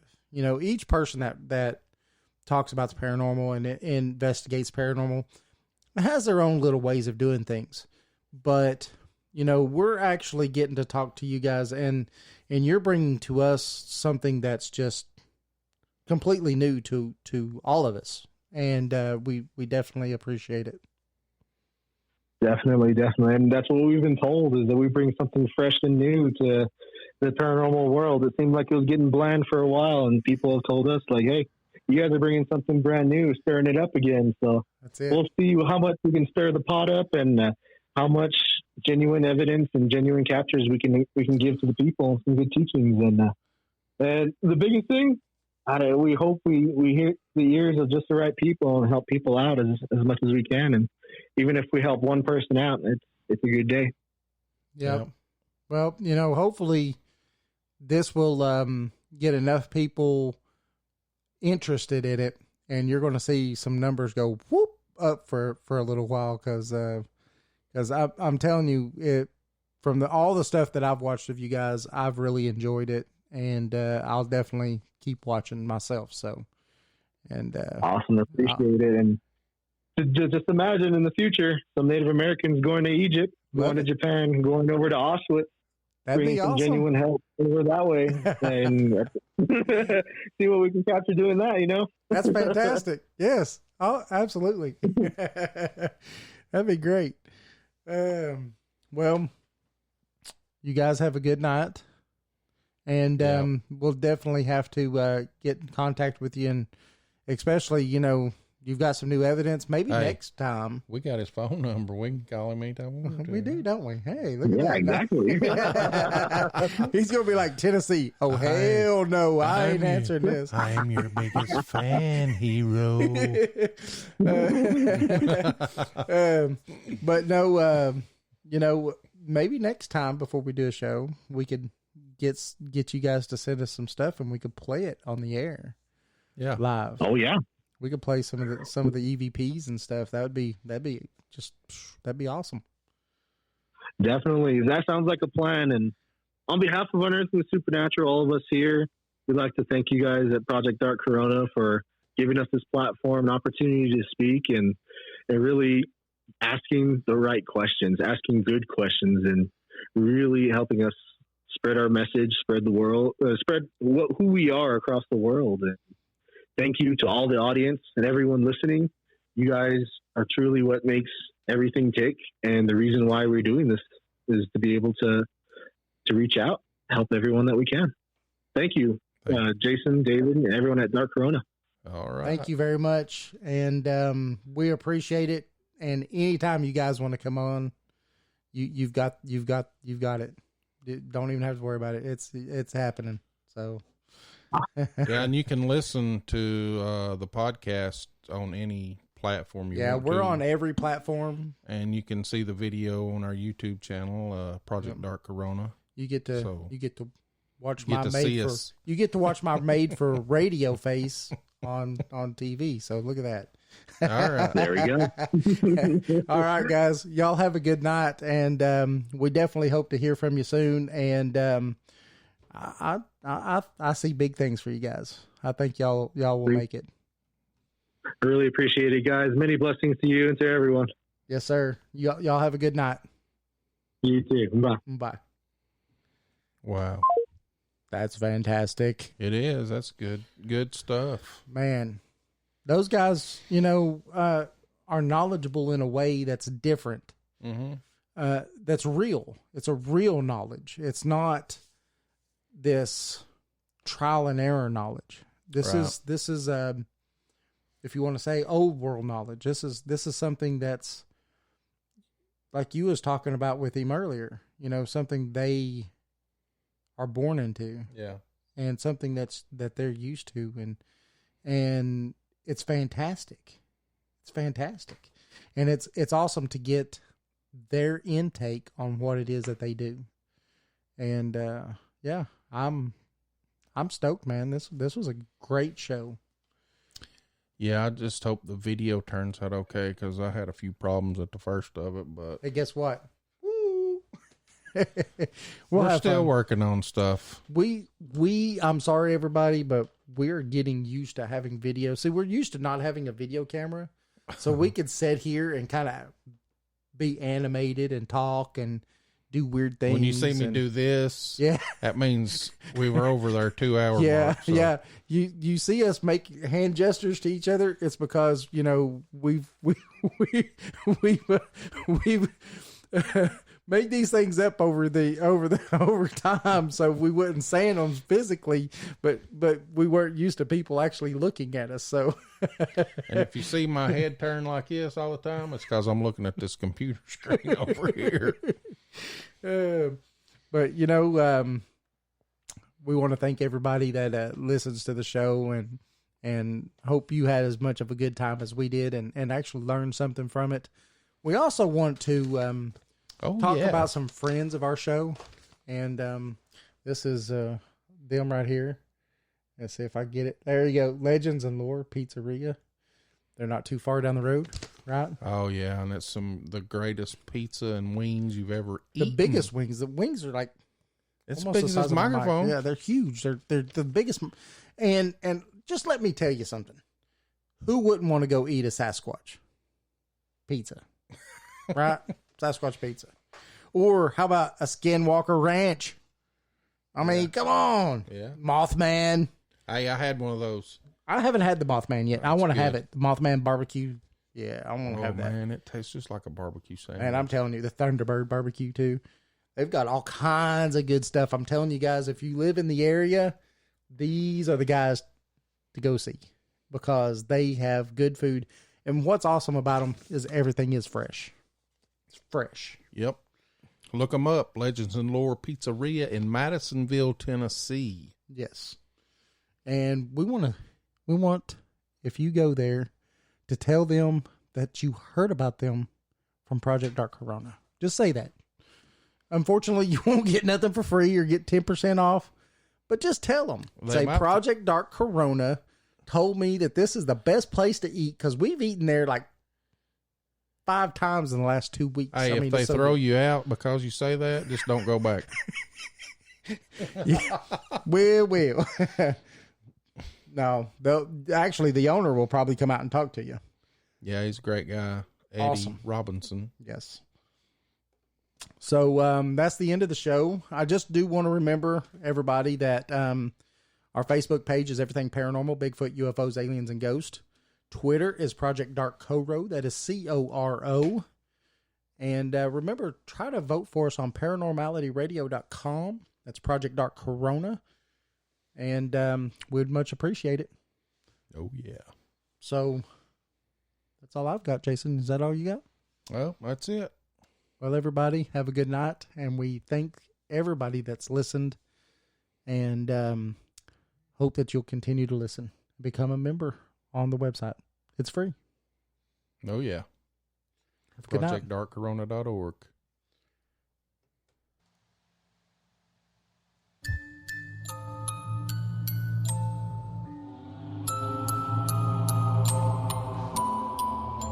You're listening to Project Dark Corona Podcast. Brought to you by Project Dark Corona. Coming to you live from an undisclosed location, deep in a bunker in the Appalachian Mountains. Bringing you the strange and unknown. With your host, David Reagan and Jason Scott. You're listening to Project Dark Corona Podcast.